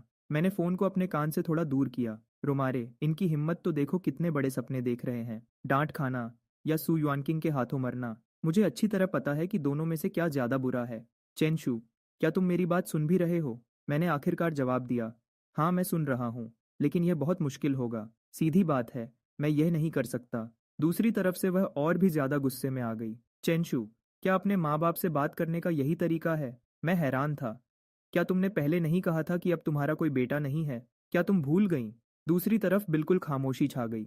ऐसा लगा कि वह और चिल्लाना चाहती थी, लेकिन मेरा सुनने का बिल्कुल मन नहीं था। जो भी हो, मैंने अपनी बात बिल्कुल साफ कह दी है। मैं बिजी हूँ, फिर कभी बात करेंगे। यह कहकर मैंने फ़ोन काट दिया और नंबर ब्लॉक कर दिया। ग्युचिंग हान ने यह सब होते हुए देखा, बिना किसी डर के आराम से किया गया काम। उसने तुरंत अपनी चॉपस्टिक्स नीचे रख दी। उसने मुझे ऊपर से नीचे तक देखा। बहुत अच्छे, चेंशू। अपनी पुरानी पत्नी को छोड़ना एक अलग बात है, लेकिन अब तुमने अपने माँ बाप के खिलाफ जाने की भी हिम्मत कर ली। मेरे मुंह में अभी भी मीट का एक टुकड़ा था। मैंने मुंह में ही जवाब दिया, जहाँ जुल्म होता है वहाँ लोग आवाज़ भी उठाते हैं। गुचिंग हान ने एक हल्की सी हंसी हंसी। वह थोड़ा आगे की तरफ झुकी। तो इस हिसाब से शायद एक दिन मेरी बारी भी आएगी। मैंने उसे थम्स अप किया और उसकी समझ की तारीफ की। मुझे उसके इस रिएक्शन पर बिल्कुल हैरानी नहीं हुई। वह इस शरीर के असली मालिक के साथ बड़ी हुई थी। वह अच्छी तरह जानती थी कि पुराना चेंशू कैसा था। जो चीज़ें मैं अभी कर रहा था, उसके हिसाब से उन्हें एक ही लाइन में कहा जा सकता था कि मैं बिल्कुल पागल हो गया हूँ। लेकिन अगर देखा जाए तो जो कोई भी इस मुश्किल में फंसेगा, वह भी पागल हो जाएगा। बिना किसी हीरो की ताकत के एक बुरा साइड कैरेक्टर बनना, इसका मतलब है कि जिंदा रहने के लिए जल्दी भागना पड़ेगा। ओह हाँ, मेरे लिए एक नई जगह ढूंढने में मदद करो। ये जगह बुरी नहीं है, लेकिन यहाँ लोग बार बार आकर परेशान करते हैं। ये बहुत परेशान करने वाला है। सिर्फ सू युआनकिंग ही नहीं, बल्कि इस शरीर के असली मालिक की फैमिली भी। उनमें से हर एक रिश्तेदार परेशानी खड़ी करने वाला है। मैंने आज उन सबके साथ अपना रिश्ता पूरी तरह से खत्म कर लिया है। कौन जाने कब वे मेरे दरवाजे पर आकर परेशानी खड़ी कर दें। मेरे पास उनसे निपटने का फालतू वक्त नहीं है। जूचिंग हान ने जवाब दिया, यह मुझ पर छोड़ दो। गूचिंग हान सच में एक अमीर खानदान की लड़की की तरह थी। भले ही वह अपना ज्यादातर वक्त खाने पीने और मजे करने में बिताती थी, लेकिन जब सच में जरूरत होती तो वह बहुत भरोसेमंद थी। अगले ही दिन उसने मुझे फ़ोन किया और कहा कि उसने शहर के वेस्ट साइड में एक विला पसंद किया है। पहला मालिक बाहर देश चला गया है। उन्हें जल्दी बेचना है। ये नया बना है और अभी तक कोई इसमें नहीं रहा है। तुम्हें सच में बहुत सस्ते में मिल गया। मैं उसके इस जल्दी काम करने से बहुत खुश था। उसी दिन मैं गूचिंग हान को अपने साथ ले गया, मालिक के साथ कॉन्ट्रैक्ट साइन करने के लिए। हमने बहुत जल्दी से नाम बदलवाया और साथ ही पुराने विला को बेचने के लिए भी डाल दिया। मैंने एक मूविंग कंपनी को फ़ोन किया। सामान उठाने वाले लोग ऊपर नीचे भागते रहे, बिना रुके काम करते रहे। एक तरफ खड़े होकर देखते हुए मैं हैरान था। सिर्फ इस घर बदलने के दौरान ही मुझे पता चला कि असली मालिक के पास कितना सारा सामान था। क्या मुझे इन लोगों को इस सब के लिए अलग से पैसे नहीं देने चाहिए? मिस्टर चेन, इस बॉक्स में क्या है? ये बहुत भारी है। एक मूवर तीसरी फ्लोर से एक बड़ा डब्बा नीचे लेकर आया।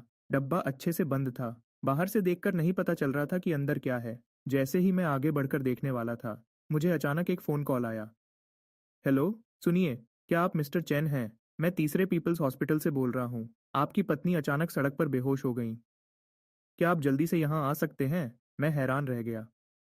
सू युएनकिंग बेहोश हो गई और उसे हॉस्पिटल ले जाया गया। आपने गलत इंसान को फ़ोन किया है। मैं उसका पति नहीं हूँ। दूसरी तरफ वाला इंसान हैरान हो गया, लेकिन पेशेंट के फ़ोन में जो नाम सेव था, मुझे अचानक याद आया। जब सू युआनकिंग प्रेग्नेंट थी, तब इस शरीर के पुराने मालिक ने जिद की थी कि वह अपने फ़ोन में उसका नाम बदले, चेनशू, बेबीज डैडी के नाम से। सू युआनकिंग उससे जीत नहीं पाई, इसलिए उसने उसे ऐसा करने दिया। मुझे उम्मीद नहीं थी कि डिवोर्स के कुछ समय बाद भी वह इसे बदलना भूल गई होगी। अब उसकी तबीयत कैसी है? पेशेंट शायद लो ब्लड शुगर की वजह से बेहोश हुई है। जान का कोई खतरा नहीं है, लेकिन उनकी हालत ज़्यादा अच्छी नहीं है। फिर भी आपको जितना जल्दी हो सके। ठीक है, मैं समझ गया। लेकिन मैं अभी थोड़ा बिजी हूँ। एक काम करते हैं, आप लोग उसके अभी के बॉयफ्रेंड सॉन्ग जिंगनियन से बात कीजिए और उसे फ़ोन कीजिए। उसका नंबर पक्का उसके फ़ोन कॉन्टैक्ट्स में होगा। आगे से अगर कुछ भी हो तो बस सीधे उससे ही बात करना। मैंने फ़ोन रख दिया और देखा कि लिविंग रूम में बहुत सारे डब्बे जमा हो गए हैं। इन सबको खोलने में कितना समय लगेगा? पहले सब कुछ अंदर रख देते हैं। जब मुझे खाली समय मिलेगा तब मैं इसे ठीक से रख दूंगा। अच्छी बात यह है कि नया घर काफ़ी बेडिडा है। मैंने हाउसकीपर से सामान को थोड़ा ठीक करने को कहा और फिर मैं कुछ गेम्स खेलने चला गया। मैं एक मशहूर बारबेक्यू जगह पर भी गया जो ऑनलाइन बहुत ट्रेंड कर रही थी। स्वाद बुरा नहीं था और वहाँ का डेकोर भी बहुत बढ़िया था। मैं कुछ फोटोज खींचने से खुद को रोक नहीं पाया और उन्हें अपनी टाइमलाइन पे पोस्ट कर दिया कैप्शन लिखा, चेक्ड इन, एक और दिन मेहनत करने का। मैंने बीच में अपनी एक बहुत ही हैंडसम सेल्फी भी डाल दी। मेरे दोस्तों ने पोस्ट पर लाइक्स की बारिश कर दी, यहाँ तक कि गूचिंग हान ने भी, जो एक आलसी लड्डुडकी है और सोशल मीडिया पर बहुत कम आती है, एक कमेंट किया, ये जगह काफ़ी अच्छी है। मैंने रिप्लाई किया, क्या तुमने यहाँ खाना खाया है? गूचिंग हान ने घमंड से रिप्लाई किया, बिल्कुल, ये रेस्टोरेंट मैंने ही खोला है। मेरे पास कोई शब्द नहीं थे।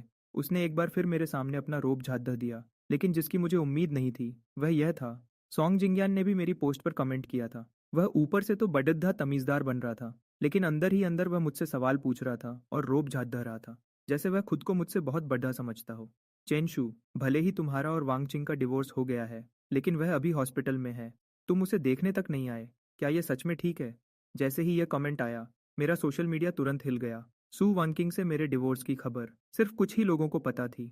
मैंने तो अभी तक अपने डिवोर्स की पोस्ट भी नहीं लिखी थी, और यह यहाँ आकर मुझे सही और गलत का ज्ञान दे रहा है। मैंने भी तुरंत बेडिडे ही मासूम बनकर उसे जवाब दिया, एक अच्छे एक्स को तो मरा हुआ ही समझना चाहिए। मुझे बस डर था कि तुम गलत न समझ बैठो, समझे? अगर तुम्हें बुरा न लगे तो मैं उसे देखने चला जाता हूँ। आखिरकार हम पहले क्लासमेट्स तो थे ही। उसका हालचाल पूछना तो बनता ही है। तुम्हें क्या लगता है? मेरी टाइमलाइन पर अचानक हंगामा हो गया। लोग बहुत गुस्से में आ गए थे, लेकिन थोड़ी ही देर में सॉन्ग जिंगयान ने खुद ही वह कमेंट डिलीट कर दिया। क्या उसे लगा कि डिलीट करने से सब खत्म हो गया? मैंने तुरंत सबके सामने एक कमेंट लिखकर सलाह मांगी, अपने दोस्तों से जो इस काम में एक्सपर्ट हैं। कृपया बताएं कि मुझे अपनी एक्स वाइफ से मिलने के लिए क्या गिफ्ट लेकर जाना चाहिए, और उसके नए लवर के लिए भी। मेरी मदद करो, यह मेरे लिए बहुत ज़रूरी है। 1 घंटे बाद मैं एक फलों की टोकरी लेकर हॉस्पिटल पहुंच गया।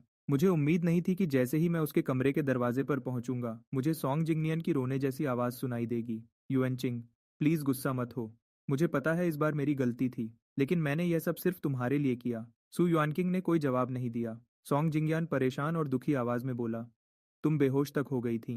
हॉस्पिटल ने खास तौर पर उसे फ़ोन किया था, फिर भी वह तुमसे मिलने तक नहीं आया।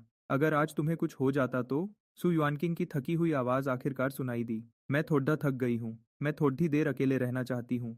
थोड़ी देर बाद अंदर से कुर्सी खिसकने की आवाज़ आई। सॉन्ग जिंगयान दरवाजे की तरफ बढ़ा। जैसे ही उसने दरवाज़ा खोला, वह हैरानी से वहीं रुक गया। सू युआनकिंग को लगा कि कुछ गड़बड़ है, और उसने देखने के लिए अपना सिर घुमाया। उसका चेहरा बहुत पीला पड़ चुका था। उसके चेहरे पर पहले जैसा घमंड और रोब बिल्कुल नहीं था। वह हॉस्पिटल के बेड पर लेटी हुई थी और उसे ड्रिप लगी हुई थी। वह बहुत ही कमज़ोर और बेचारी लग रही थी। मुझे देखकर उसकी उदास आंखों में अचानक एक चमक आई। वह थोड़ी घबराई हुई और परेशान लग रही थी। चेंशू, तुम यहाँ क्यों आए हो? मैं सॉन्गजिंग नियन के पास से निकलकर अंदर चला गया। मुझे लोगों के मजाक और तानों का कोई डर नहीं था। लोग कह रहे थे कि डिवोर्स के तुरंत बाद मुझे अपनी एक्स वाइफ के जीने मरने से कोई फर्क नहीं पड़ता। आखिर हम दोनों कॉलेज में एक ही क्लास में पढ़ते थे, इसलिए बात को इतना बढ़ाने की कोई ज़रूरत नहीं है। सू युआनकिंग का सुंदर चेहरा पीला पड़ गया। उसने पक्का मुझे और सॉन्ग जिंगयान को वीचैट पर लड़ते हुए देख लिया था। वह बहुत घमंडी थी। वह सबके सामने अपना मजाक बनना कैसे बर्दाश्त करती? यह उसके लिए बहुत बड़ा अपमान था। मेरे लिए उसके दिल में नफरत अब और ज्यादा बढ़ गई होगी। यह सोचकर ही मुझे चिढ़ हो रही थी। खैर, मैं यहाँ आ तो गया हूँ। अगर कोई काम नहीं है तो मैं अब चलता हूँ। सु युआनकिंग के चेहरे के भाव थोड़े बदले। उसने कहा, चेंशू, क्या तुम्हें सच में मेरे साथ ऐसा बर्ताव करना पड़ेगा? मैंने अपनी आईब्रो उठाई और सीधे पूछा, क्या? जब मेरा कार एक्सीडेंट हुआ था तो तुम तीसरे दिन तक मुझसे मिलने नहीं आई थी। तुम्हारे मुकाबले तो मैं बहुत ज्यादा अच्छा और वफादार हूँ। सू युआनकिंग का चेहरा गुस्से और शर्म से बिल्कुल पीला पड़ गया। उसने अपना मुंह खोला, जैसे वह कुछ कहना चाहती हो। तभी अचानक मेरे फोन की घंटी बजी। हाउसकीपर का फोन था। सर, मैंने आपका लगभग सारा सामान पैक कर दिया है, लेकिन एक बॉक्स बचा है जिसे मैंने अभी तक नहीं छुआ। वह मिट्टी के बर्तनों से भरा है। मैं उस बॉक्स का क्या करूं? मैं हैरान रह गया। मिट्टी के बर्तन? हाँ, और लगता है वह आपने खुद अपने हाथों से बनाए हैं। इसलिए मैंने सोचा कि आपसे पूछ लूं। मैंने अपनी तिरछी नजर से देखा कि सू युआनकिंग भी हैरान खड़ी थी। तभी मुझे अचानक सब याद आ गया। मुझे सब याद आ गया। वह मिट्टी के खिलौने और बर्तन सच में इस शरीर के असली मालिक ने बनाए थे। कॉलेज के दिनों में सू युआनकिंग मिट्टी के बर्तन बनाने वाली एक दुकान पर पार्ट टाइम काम करती थी। उस वक्त, क्योंकि असली मालिक उसे पसंद करता था और उसे मनाना चाहता था, इसलिए वह लगभग हर रोज उस दुकान पर चला जाता था। वह वहां पूरी दोपहर बैठा रहता था। उसे यह काम बिल्कुल नहीं आता था, और न ही उसके पास सब्र था। उसका पूरा ध्यान और उसकी आंखें सिर्फ सू युआनकिंग पर ही रहती थीं। इस वजह से वह हर बार खुद को मिट्टी से पूरा गंदा कर लेता था, और घर पर बहुत ही बदसूरत और अजीब सी बनी हुई चीजें लेकर आता था। फिर भी वह बिना थके यह सब खुशी खुशी करता था। उसे इस बात से बिल्कुल भी शर्म नहीं आती थी। बाद में सू युआनकिंग से उसका यह हाल देखा नहीं गया, और उसने बताया कि वह सब गलत तरीके से कर रहा है। असली मालिक ने तुरंत इस मौके का फायदा उठाया और कहा, तो फिर तुम ही मुझे सिखा दो। सू युआनकिंग ने साफ मना कर दिया, लेकिन असली मालिक बहुत अमीर था और खुले पैसे खर्च करता था, और उस दुकान का एक वीआईपी कस्टमर था, इसलिए वह उसे नाराज नहीं कर सकती थी। यह सिलसिला तब तक चलता रहा जब तक सू युआनकिंग ने वह नौकरी नहीं छोड़ दी। उसके बाद ही असली मालिक ने वहां जाना बंद किया। वह मिट्टी की चीजों का बॉक्स इसी तरह से भरा था। वे चीजें जरूरी नहीं है, उन सबको कचरे में फेंक दो, मुझे कोई फर्क नहीं पड़ता। जैसे ही मैंने अपनी बात खत्म की, तभी अचानक, रुको, सू युआनकिंग अचानक बोली, तुम अपना घर बदल रहे हो?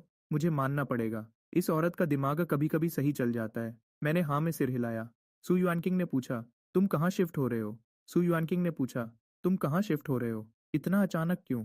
मुझे इस बात पर हंसी आ गई। मिस सु, मुझे एक ही बात कितनी बार बोलनी पड़ेगी? हमारा डिवोर्स हो चुका है।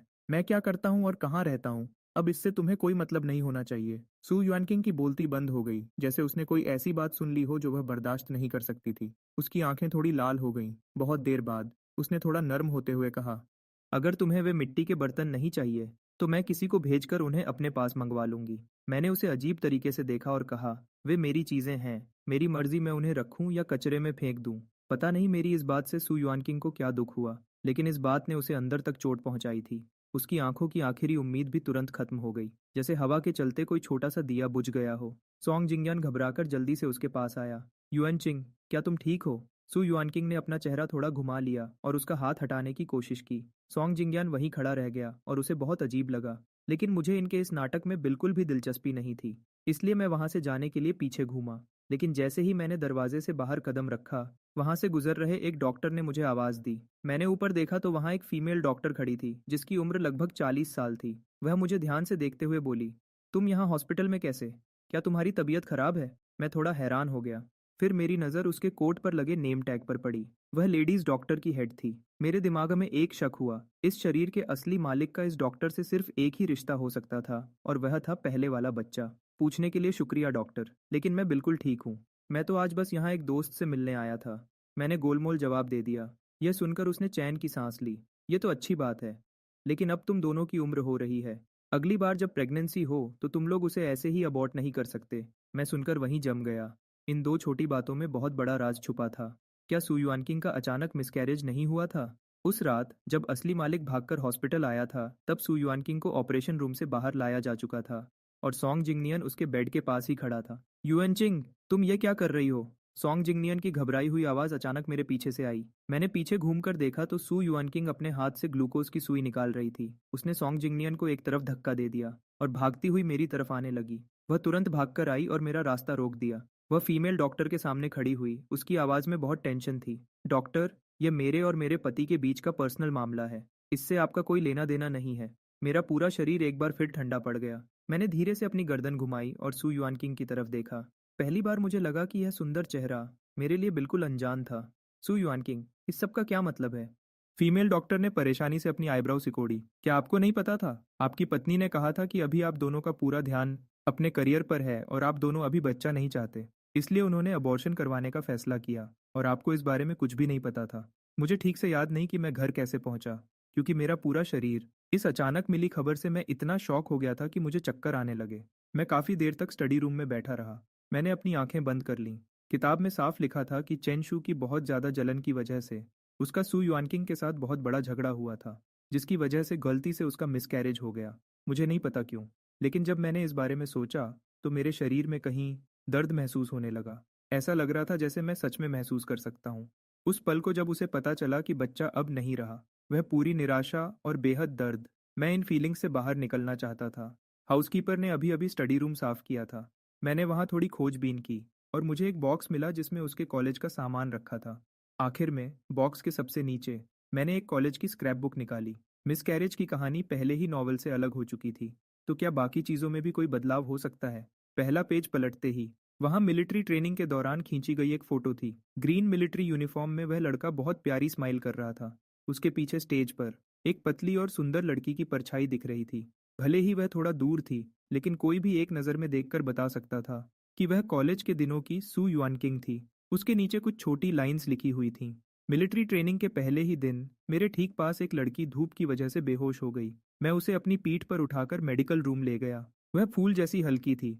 मुझे उम्मीद नहीं थी कि आज के ड्रिल के दौरान मैं उसे स्टेज पर नए स्टूडेंट्स की तरफ से स्पीच देते हुए देखूंगा। तो इसका नाम सु युआनकिंग है। सेल्फी के बहाने अपने क्रश की चोरी छिपे फोटो लेना एक बिल्कुल आम बात है। ये शायद तब की बात है जब उसने अभी अभी सु युआनकिंग को पसंद करना शुरू किया था।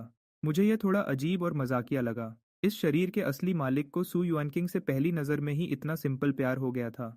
मैं खुद को अपना चेहरा छूने से नहीं रोक पाया। किताब का चेंशू बहुत मतलबी और जिद्दी था। वह इतना गुस्से वाला था कि इस फोटो से बिल्कुल अलग लगता था। इस प्यारी स्माइल वाले लड़के से बिल्कुल अलग। एक जवान लड़के के बारे में ऐसा सोचना सच में मुश्किल है, जिसकी आंखों में इतने सारे सपने थे कि वह आगे चलकर एक शक्की, जिद्दी और गुस्से वाला और एक बेहद मतलबी इंसान बन गया। मैंने आगे के पेजेस पलटना जारी रखा और देखा कि हर एक फोटो सच में सू युआनकिंग से जुड़ी हुई थी।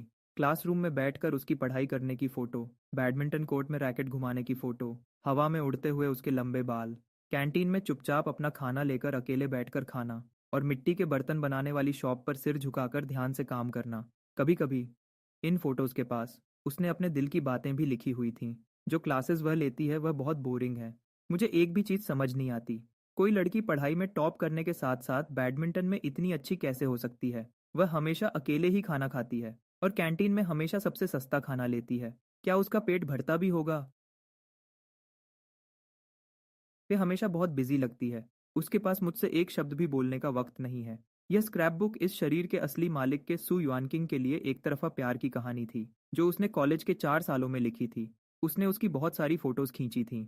हर एक फोटो और हर एक लाइन नॉवल के चैन शू से बिल्कुल अलग थी। लगता है वह किसी और को पसंद करती है, लेकिन वह इंसान मैं नहीं हूँ। क्या मुझे हार मान लेनी चाहिए? कल ग्रेजुएशन है। क्या मुझे हिम्मत करके उसे अपने दिल की बात बता देनी चाहिए और फिर इस एक तरफ़ा प्यार को हमेशा के लिए बाय बोल देना चाहिए? हम अभी आधी ग्रेजुएशन फोटोज ही खींच पाए थे कि वह अचानक चली गई। मैं उसके पीछे गया और मुझे पता चला कि उसकी माँ की तबीयत बहुत खराब है और उन्हें बहुत सारे पैसों की ज़रूरत है। इस पेज पर ग्रेजुएशन की फ़ोटो होनी चाहिए थी, लेकिन सू युआनकिंग की वजह से यह पेज बिल्कुल खाली था। असली मालिक ने उसकी वजह से अपनी खुद की ग्रेजुएशन फ़ोटो भी नहीं खिंचवाई थी। मेरे हाथ थोड़े कांपने लगे। मुझे नहीं पता क्यों, लेकिन ये नोटबुक मुझे बहुत भारी लग रही थी। इतनी भारी कि मेरे लिए आगे के पेजेस पलटना मुश्किल हो रहा था। ऐसा लग रहा था कि अगर मैंने आगे पढ़ा तो कुछ ऐसा हो जाएगा जो मेरे कंट्रोल से बाहर होगा। मेरे सीने पर जैसे कोई भारी पत्थर रख दिया गया हो। मैं सांस नहीं ले पा रहा था। मैं सांस छोड़ भी नहीं पा रहा था। किसी अनजानी ताकत के खींचने पर मैं पन्नों को पलटता गया। वह एक शादी की फोटो थी। सच कहूं तो वह शादी के सर्टिफिकेट की फोटो थी। शादी के सर्टिफिकेट की उस फोटो में चेंशू के चेहरे पर अभी भी एक प्यारी सी मुस्कान थी। बस वह पहले से ज्यादा शांत और समझदार लग रहा था। वहीं दूसरी तरफ सू वानकिंग का चेहरा बिल्कुल ठंडा और उदास था। फोटो के खुशी वाले लाल बैकग्राउंड के हिसाब से उसका चेहरा बिल्कुल अलग लग रहा था। तब मुझे याद आया, उन दोनों ने कभी सच में शादी की फोटोज नहीं खिंचवाई थीं। 1 साल तक सोचने और परेशान होने के बाद आखिरकार सू वनकिंग ने चेंशू से शादी करने का फैसला किया। उसे उस आदमी से शादी करने को नहीं मिला जिसे वह सबसे ज्यादा प्यार करती थी, इसलिए उसे इन सब बातों में कोई इंटरेस्ट नहीं था। और उस वक्त उसकी माँ भी हॉस्पिटल में थी, इसलिए उन्होंने न तो शादी का कोई फंक्शन किया और न ही शादी की फोटोज खिंचवाई। मैंने पहले सोचा था कि उस रात, जो सू वनकिंग के साथ उसका आखिरी दिन था, चेंशू ने दिल की बहुत सारी बातें लिखी होंगी। लेकिन सच तो यह था कि यह पन्ना बिल्कुल खाली था। इस पर एक शब्द भी नहीं लिखा था। मैं बहुत देर तक उस फोटो को देखता रहा। मेरे सीने में एक अजीब सा दुख और दर्द उठने लगा। 5 साल का एक तरफा प्यार, 5 साल की शादी, और फिर भी दोनों की साथ में सिर्फ यही एक फोटो थी। मैंने अपने दिमाग के बुरे ख्यालों को रोका और पन्नों को पलटना जारी रखा। लेकिन आगे सू वनकिंग की कोई और फोटो नहीं थी। बस बीच बीच में लिखी हुई डायरी की बातें बची थीं। वह आजकल बहुत बिजी लगती है। कंपनी अभी नई नई बनी है। उसे खुद ही सब कुछ संभालना पड़ता है। वह बहुत मेहनत करती है। मैंने उसकी पसंद का खाना बनाया था, लेकिन वह क्लाइंट्स के साथ मीटिंग से आई तो उसमें से अल्कोहल की बदबू आ रही थी और वह आते ही बिस्तर पर सो गई। उसने कंपनी के पास एक फ्लैट खरीदा है ताकि आने जाने में आसानी हो। लेकिन वह आदमी भी वहाँ क्यों है? मैं जानता हूँ कि उसके दिल में जो उसकी जगह है मैं उसकी बराबरी नहीं कर सकता, लेकिन मैं फिर भी चाहता हूँ कि हमारा एक बच्चा हो, सिर्फ हम दोनों का। क्या मैं बिल्कुल बेकार हूँ? मैं आज फिर नर्सिंग होम गया था और वहाँ मेरी मुलाकात गू चिंगहान से हुई, जो अपने दादाजी को डिस्चार्ज करवा रही थी। उसने मुझे दिमाग न होने के लिए डांटा। उसने कहा कि सू वानकिंग जैसी औरत के सामने ये सब तरीके बिल्कुल बेकार हैं। मैं तुरंत वहां से घूमकर चला गया, क्योंकि मैं अंदर से जानता था कि वह सच कह रही थी। मैं पहले हार मानने वाला था, लेकिन उस रात सू वानकिंग घर आई। पता नहीं काम पर सब ठीक था या नहीं, पर वह पूरी तरह नशे में थी। मैं खुद पर काबू नहीं रख पाया और मैंने उसे किस कर दिया, और पहली बार उसने भी मुझे वापस किस किया। बीच में एक बड़ा सा खाली हिस्सा था, जब तक कि डायरी की एक और बात सामने नहीं आई। लगता है वह प्रेग्नेंट है। मैं पन्नों को आगे पलटता गया। वह 2 महीने चेंशू और सू वनकिंग के रिश्ते के सबसे शांत दिन थे। हालांकि वह अच्छी तरह जानता था कि सू वनकिंग में यह बदलाव सिर्फ बच्चे की वजह से आया था, लेकिन वह इससे ज्यादा कुछ मांग भी नहीं सकता था। बहुत साल पहले से ही वह इस औरत से इतना ज्यादा प्यार करता था कि खुद को रोक नहीं पाता था। उसे लगता था कि वह उसकी जिंदगी की रोशनी है। वह उससे थोड़ा सा प्यार और अपनापन चाहता था। लेकिन यह शुरुआत से ही एक गलती थी। ये सब जो सुंदर सपने लग रहे थे, वे आखिरकार बहुत बुरे तरीके से टूट गए। आखिरी पन्ना एक अबॉर्शन का पेपर था जिसे टुकड़े टुकड़े कर दिया गया था और उसे टेप से वापस जोड़ा गया था। उस पेपर के नीचे राइट साइड में सू वंकिंग के साइन थे।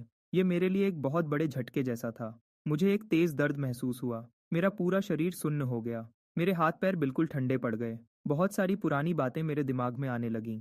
मैं एक ऐसी तड़पती हुई मछली जैसा था जो सांस लेने के लिए पानी से बाहर आने की कोशिश कर रही हो, लेकिन एक बड़ी लहर ने उसे वापस अंदर खींच लिया हो। मुझे आखिरकार याद आ गया, मैं किसी किताब के अंदर नहीं आया हूँ। मैं ही चेंशू हूँ। कमरे की खामोशी में अचानक मेरे फ़ोन की घंटी बजी, जिसकी आवाज़ बहुत तेज़ लगी। गु चिंघन का फ़ोन आ रहा था। मैंने फ़ोन उठाने के लिए स्क्रीन को स्वाइप किया। इससे पहले कि मैं कुछ बोल पाता, गु चिंघन ने सीधे पूछा, क्या तुम आज हॉस्पिटल में सू वंकिंग से मिलने गए थे?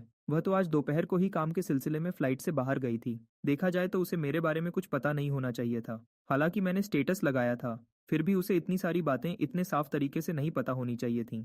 मैंने मना नहीं किया। तुम्हें कैसे पता चला? वह थोड़ी देर के लिए रुकी। सु वांकिंग ने अभी मुझे फ़ोन किया था। वह तुम्हारे बारे में कुछ बातें पूछ रही थी। अच्छा? मैंने हाँ में सिर हिलाया। मेरा आगे कुछ भी पूछने का बिल्कुल मन नहीं था। मेरी शांत आवाज़ सुनकर गुचिंगहन को लगा कि कुछ गड़बड़ है। इतनी रात हो गई है, क्या तुम अभी तक जाग रहे हो? मैं बस बोलने ही वाला था। तभी मुझे दरवाजे की घंटी सुनाई दी। दरवाजे पर सच में सु वानकिंग खड़ी थी। मैंने गुचिंगहन का फ़ोन काट दिया और दरवाज़ा खोलने के लिए नीचे गया, लेकिन मैंने उसे अंदर नहीं आने दिया। बाहर बिल्कुल अंधेरा था। उसके पीछे से स्ट्रीट लाइट की रोशनी आ रही थी, जिसकी वजह से उसकी एक लंबी परछाई बन रही थी। इस वजह से उसका आधा चेहरा रोशनी में और आधा अंधेरे में दिख रहा था। मैंने पूछा, तुम्हें क्या चाहिए?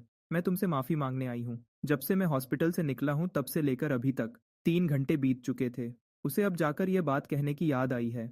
मैंने बिना किसी इमोशन के कहा, इसकी कोई ज़रूरत नहीं है। सब बीत चुका है। मुझे अब इस माफ़ी की कोई ज़रूरत नहीं है। सु वनकिंग का चेहरा और भी पीला पड़ गया।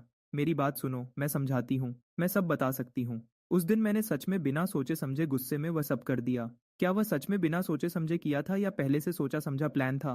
मैंने एक ठंडी हंसी हंसते हुए जवाब दिया, मेरे बच्चे को पेट में रखना तुम्हारे लिए इतना बड़ा दुख बन गया था, है ना? सु वनकिंग थोड़ी देर के लिए बिल्कुल चुप हो गई। फिर उसने अपनी आंखें जोर से बंद कर लीं। उसने एक एक शब्द पर जोर देते हुए कहा, शुरू में मैं सच में इस बच्चे को नहीं चाहती थी, लेकिन बाद में जैसे जैसे बच्चा दिन ब दिन बड़ा होने लगा, मैं सच में उस वक्त मेरा दिमाग काम नहीं कर रहा था। मुझे भी इस बात का बहुत पछतावा है। अब पछतावा हो रहा है? क्या तुम्हें नहीं लगता कि अब बहुत देर हो चुकी है? सु वनकिंग की आंखों में देर से आने वाला पछतावा साफ दिख रहा था। उसके कंधे कांप रहे थे और रोने की वजह से उसके मुंह से शब्द नहीं निकल रहे थे। मेरे चेहरे पर एक हल्की सी हंसी आई। तुम चाहती थी कि मुझे लगे कि तुम्हारा मिसकैरेज मेरी वजह से हुआ है, ताकि मैं हमेशा खुद को दोषी मानता रहूं और मैं कभी भी बच्चे का सहारा लेकर तुम पर दबाव ना बना सकूं। इस तरह मैं तुम्हें छोड़ने और आज़ाद करने पर मजबूर हो जाऊंगा। सही कहा ना? सु वनकिंग अचानक हैरान रह गई। अपने दिमाग में वह हमेशा से यही मानती थी कि मैं एक मतलबी आदमी हूँ, जो जिद्दी है, लापरवाह है और बदले की भावना से भरा हुआ है। जब तक बच्चा नहीं रहेगा, मेरे पास उसे अपने साथ बांध कर रखने की कोई वजह नहीं बचेगी। उसने अपना मुंह खोला, जैसे उसके लिए एक एक शब्द बोलना बहुत मुश्किल हो रहा था। लेकिन यह बात तो हम दोनों के बीच की है। उस दिन तुमने अचानक सॉन्ग जिंग्यान पर हमला क्यों किया? मैंने खामोशी से उसे देखा। ये वही औरत थी जिसे मैंने इतने सालों तक टूटकर प्यार किया था और जिसके लिए मैं तरसा था। लेकिन इस वक्त भी उसे सिर्फ उस दूसरे आदमी की चिंता थी। मैं जोर से हंस पड़ा। इसका कोई बड़ा कारण नहीं है। मुझे बस उसकी शक्ल पसंद नहीं थी। वह इसी के लायक था। लेकिन जो भी हो, अब बच्चा जा चुका है और हमारा डिवोर्स भी हो चुका है। सु वांकिंग, अब तुम आज़ाद होकर उसके पास जा सकती हो। तुम्हें तो खुश होना चाहिए, नहीं? सु वानकिंग अचानक गुस्से और दुख में पागल सी दिखने लगी। वह आगे बढ़ी और उसने मेरा हाथ जोर से पकड़ लिया। मैं उससे प्यार नहीं करती। मैं उससे बिल्कुल प्यार नहीं करती चेंशू। मुझसे इस तरह बात मत करो प्लीज। मैंने गुस्से में अपनी भौहें सिकोड़ी और मैं उसे खुद से दूर धकेलने ही वाला था। तभी पीछे से अचानक एक धीमी हंसी सुनाई दी। लगता है मैं गलत वक्त पर आ गई। सु वानकिंग तुरंत वहीं रुक गई। तब मैंने साफ देखा, जो इंसान वहां आया था उसे तो कहीं और होना चाहिए था। वह गू चिंगहान थी, जिसे बिजनेस ट्रिप पर होना चाहिए था। उसने अपने बालों को कान के पीछे किया और उसकी खूबसूरत आंखों में एक ठंडी चमक थी। उसने कहा, सु वनकिंग, मैंने तुम्हें पहले ही बताया था ना, तुमने ही तो डिवोर्स मांगा था, तो अब उसके पीछे पड़ना बंद करो। सु वनकिंग ने गुस्से में अपना होंठ चबाया और वह गू चिंगहान को गुस्से से घूरने लगी। मेरे और चेंशू के बीच क्या चल रहा है? उससे तुम जैसे बाहर वाले को क्या लेना देना? गू चिंगहान ने अपनी भौहें थोड़ी ऊपर उठाई। वह अपनी हाई हील्स में आगे बढ़ी और मेरे बिल्कुल पास आकर खड़ी हो गई और उसने बड़े आराम से अपना हाथ मेरे हाथ में डाल दिया। मेरा दिल तेजी से धड़कने लगा। उसने अपना सिर थोड़ा झुकाया और मुझे देखकर एक प्यारी और मासूम सी स्माइल दी। क्या तुम अपनी पुरानी पत्नी के पास वापस जाने की सोच रहे हो? मेरा दिमाग थोड़ा परेशान था, इसलिए मैंने बस अपना सिर हिला दिया। मेरा ऐसा कोई इरादा नहीं है। वैसे, तुम अचानक वापस क्यों आ गईं? यू चिंगहान ने अपना चेहरा थोड़ा ऊपर उठाया। अगर मैं वापस नहीं आती, तो क्या मैं उसे तुम्हें परेशान करते हुए देखती रहती? सु वनकिंग ने गुस्से से गू चिंगहान के हाथ को देखा, जो मेरे हाथ को पकड़े हुए था। उसकी आंखें गुस्से से फिर से लाल हो गईं। गू चिंगहान, अपने आप को इतना बड़ा मत समझो। तुम्हारे दिल में जो भी गंदे इरादे हैं, वह तुम अच्छे से जानती हो। गू चिंगहन फिर से हंस पड़ी। उसने अपना चेहरा घुमाया और मुस्कुराते हुए कहा, जब सीईओ सू इतनी समझदार हैं और सब समझती हैं, तो मुझे भी बताइए, सीईओ सू, आखिर मेरे क्या इरादे हैं? सू वंकिंग के मुंह से एक शब्द भी नहीं निकला। उसके बंद होंठ कांप रहे थे। गू चिंगहन ने कहा, क्या हुआ? सीईओ सू कुछ बोलना नहीं चाहती, तो चलिए मैं ही आपके लिए बोल देती हूँ। मैं दिन रात यही दुआ कर रही थी कि तुम दोनों का डिवोर्स हो जाए, ताकि मैं आगे बढ़ सकूं और उसे अपना बना सकूं। ऐसा मौका बार बार नहीं मिलता, इसलिए मुझे इसके बारे में बहुत सोचना पड़ेगा, ताकि मैं इस मौके को जाने ना दूं। रात की ठंडी हवा में उसकी साफ आवाज़ गूंज रही थी। उसका एक एक शब्द मेरे दिल पर लग रहा था और मेरे अंदर एक अजीब सी गर्मी पैदा कर रहा था। गू चिंघन ने अपनी बात जारी रखी, खुद को देखो, सु वन किंग। अगर तुम्हारे पास देखने के लिए आंखें होती और अगर तुम्हारे अंदर थोड़ा सा भी ज़मीर होता, तुम अभी ये बातें नहीं बोल पाती।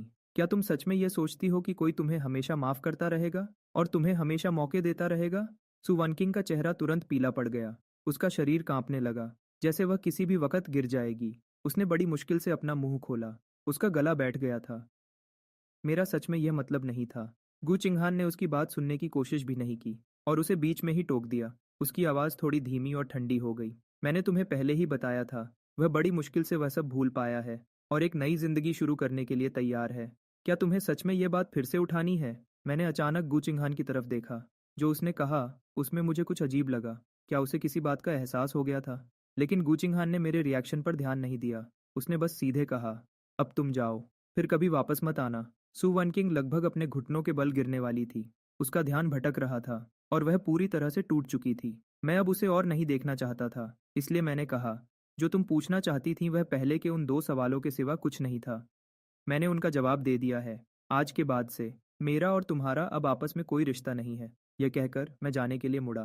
तभी अचानक मेरे पीछे से गिरने की आवाज़ आई। सु वन किंग सच में अपने घुटनों के बल बैठ गई थी। उसका गला कांप रहा था। मुझे पता है मुझसे गलती हुई। ये सब मेरी गलती है। प्लीज़ मुझे एक और मौका दो। क्या हम सब कुछ फिर से शुरू कर सकते हैं? जू चिंघान ने सबसे पहले मेरी तरफ मुड़कर देखा। उसका हमेशा का घमंड और गुस्सा बिल्कुल गायब हो चुका था। उसकी बड़ी और चमकदार आंखें मुझ पर टिकी हुई थीं।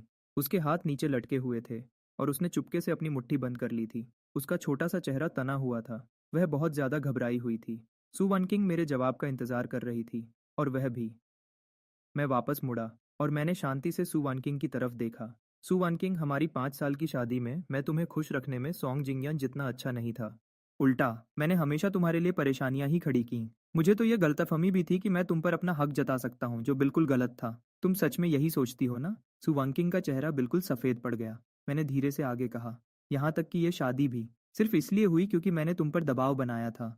अगर तुम्हारी माँ ना होती, तो तुम कभी मेरे साथ नहीं होती और ना ही मुझसे इस तरह जुड़ी होती। हमारी शादी के बारे में तुम्हारी यही सोच है। सु वंकिंग, ये वही शब्द हैं जो तुमने उस एक्सीडेंट से ठीक पहले मुझसे कहे थे। क्या ऐसा नहीं है? उसके चेहरे पर बहुत ज़्यादा पछतावा दिख रहा था। उसकी आंखों में डर था। मैंने वह सब बस गुस्से में कह दिया था। मैं उस वक्त बहुत ज़्यादा गुस्से में थी। उसके उन्हीं शब्दों ने मुझे एहसास करवाया था कि मैं कितना अजीब, परेशान करने वाला और बुरा था उसकी नज़रों में। बच्चा खोने के बाद मेरा दिल पूरी तरह टूट गया था और मैं सोचने लगा कि मुझे उसे छोड़ देना चाहिए और उसे आज़ाद कर देना चाहिए। मेरे जैसा आदमी उसके साथ रहने के लायक ही नहीं था। इसलिए बाद में जब सॉन्ग जिंगयान ने मिलने के लिए कहा, तो मैं मान गया। मैं भी एक मौका ढूंढ रहा था, ताकि उस आदमी से साफ बात कर सकूं जो हमेशा बीच में आता रहता था, सु वंकिंग के साथ मेरी शादी के बीच में। लेकिन उस दिन, इससे पहले कि मैं कुछ पूछ पाता, सॉन्ग जिंगयान ने मुझे वह पेपर थमा दिया जो अबॉर्शन का कंसेंट फॉर्म था। चेनशु, क्या तुम सच में सोचते हो कि एक बच्चे के सहारे तुम सु वनकिंग का दिल जीत लोगे? सच तो यह है कि जब तुमने फ़ोन किया, मैं उसके पास ही था। मैंने सब कुछ सुना। मैंने उसे घर पर रुकने और बिजनेस ट्रिप पर ना जाने की सलाह भी दी थी। लेकिन क्या तुम जानते हो उसने क्या कहा? उसने कहा कि तुम बस बच्चे के सहारे उसे रोकना चाहते हो, बहुत परेशान करते हो। तुम कॉलेज के पहले साल से ही सु वनकिंग को पसंद करते हो ना? मुझे लगता है ऐसा इसलिए है क्योंकि वह मिलिट्री ट्रेनिंग के दौरान बेहोश हो गई थी और तुम उसे हॉस्पिटल ले गए थे। दूसरों की मदद करना अच्छी बात है, लेकिन इसका मतलब यह नहीं कि सिर्फ एक छोटी सी बात के लिए तुम किसी को अपनी पूरी जिंदगी तुम्हारे नाम करने पर मजबूर कर दो। क्या तुम मेरी बात से सहमत नहीं हो? चेंशू, बेवकूफ़ी बंद करो। अगर तुम ऐसी हरकतें करते रहे तो सू वनकिंग तुमसे सच में नफरत करने लगेगी। इसमें अपने बच्चे को बीच में लाना, उसे इस बात से भी नफरत है। मैंने कभी नहीं सोचा था कि सॉन्ग जिंगयान जानबूझकर खुद को सीढ़ियों से नीचे गिरा देगा।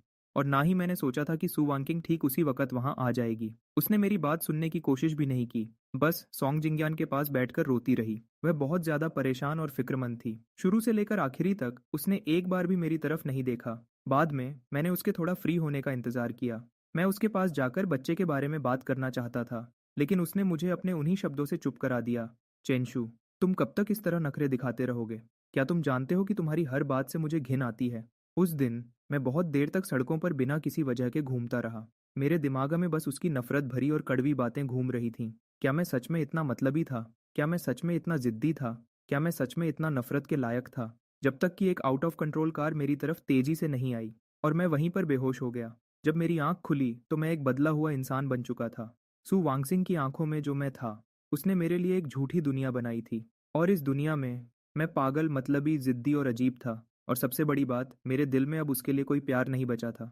मैंने सीधा उसकी आंखों में देखा और आराम से कहा, लेकिन सु वांगसिंग, इस दुनिया में मैं भी अब तुमसे प्यार नहीं करता।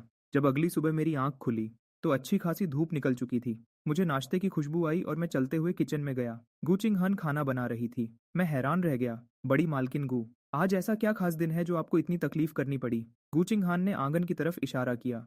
वह परेशान करने वाला इंसान। कल सु वनकिंग पूरी रात वहां बाहर घुटनों के बल बैठी रही और मुझे भी कोई फर्क नहीं पड़ा। मैंने बस गुचिंग हान को, जो बहस करना चाहती थी, खींचकर कमरे में वापस ले आया और सीधा सो गया। मैं खाने की टेबल पर बैठ गया और उसके बनाए हुए फ्राइड एग टोस्ट का एक टुकड़ा खाया।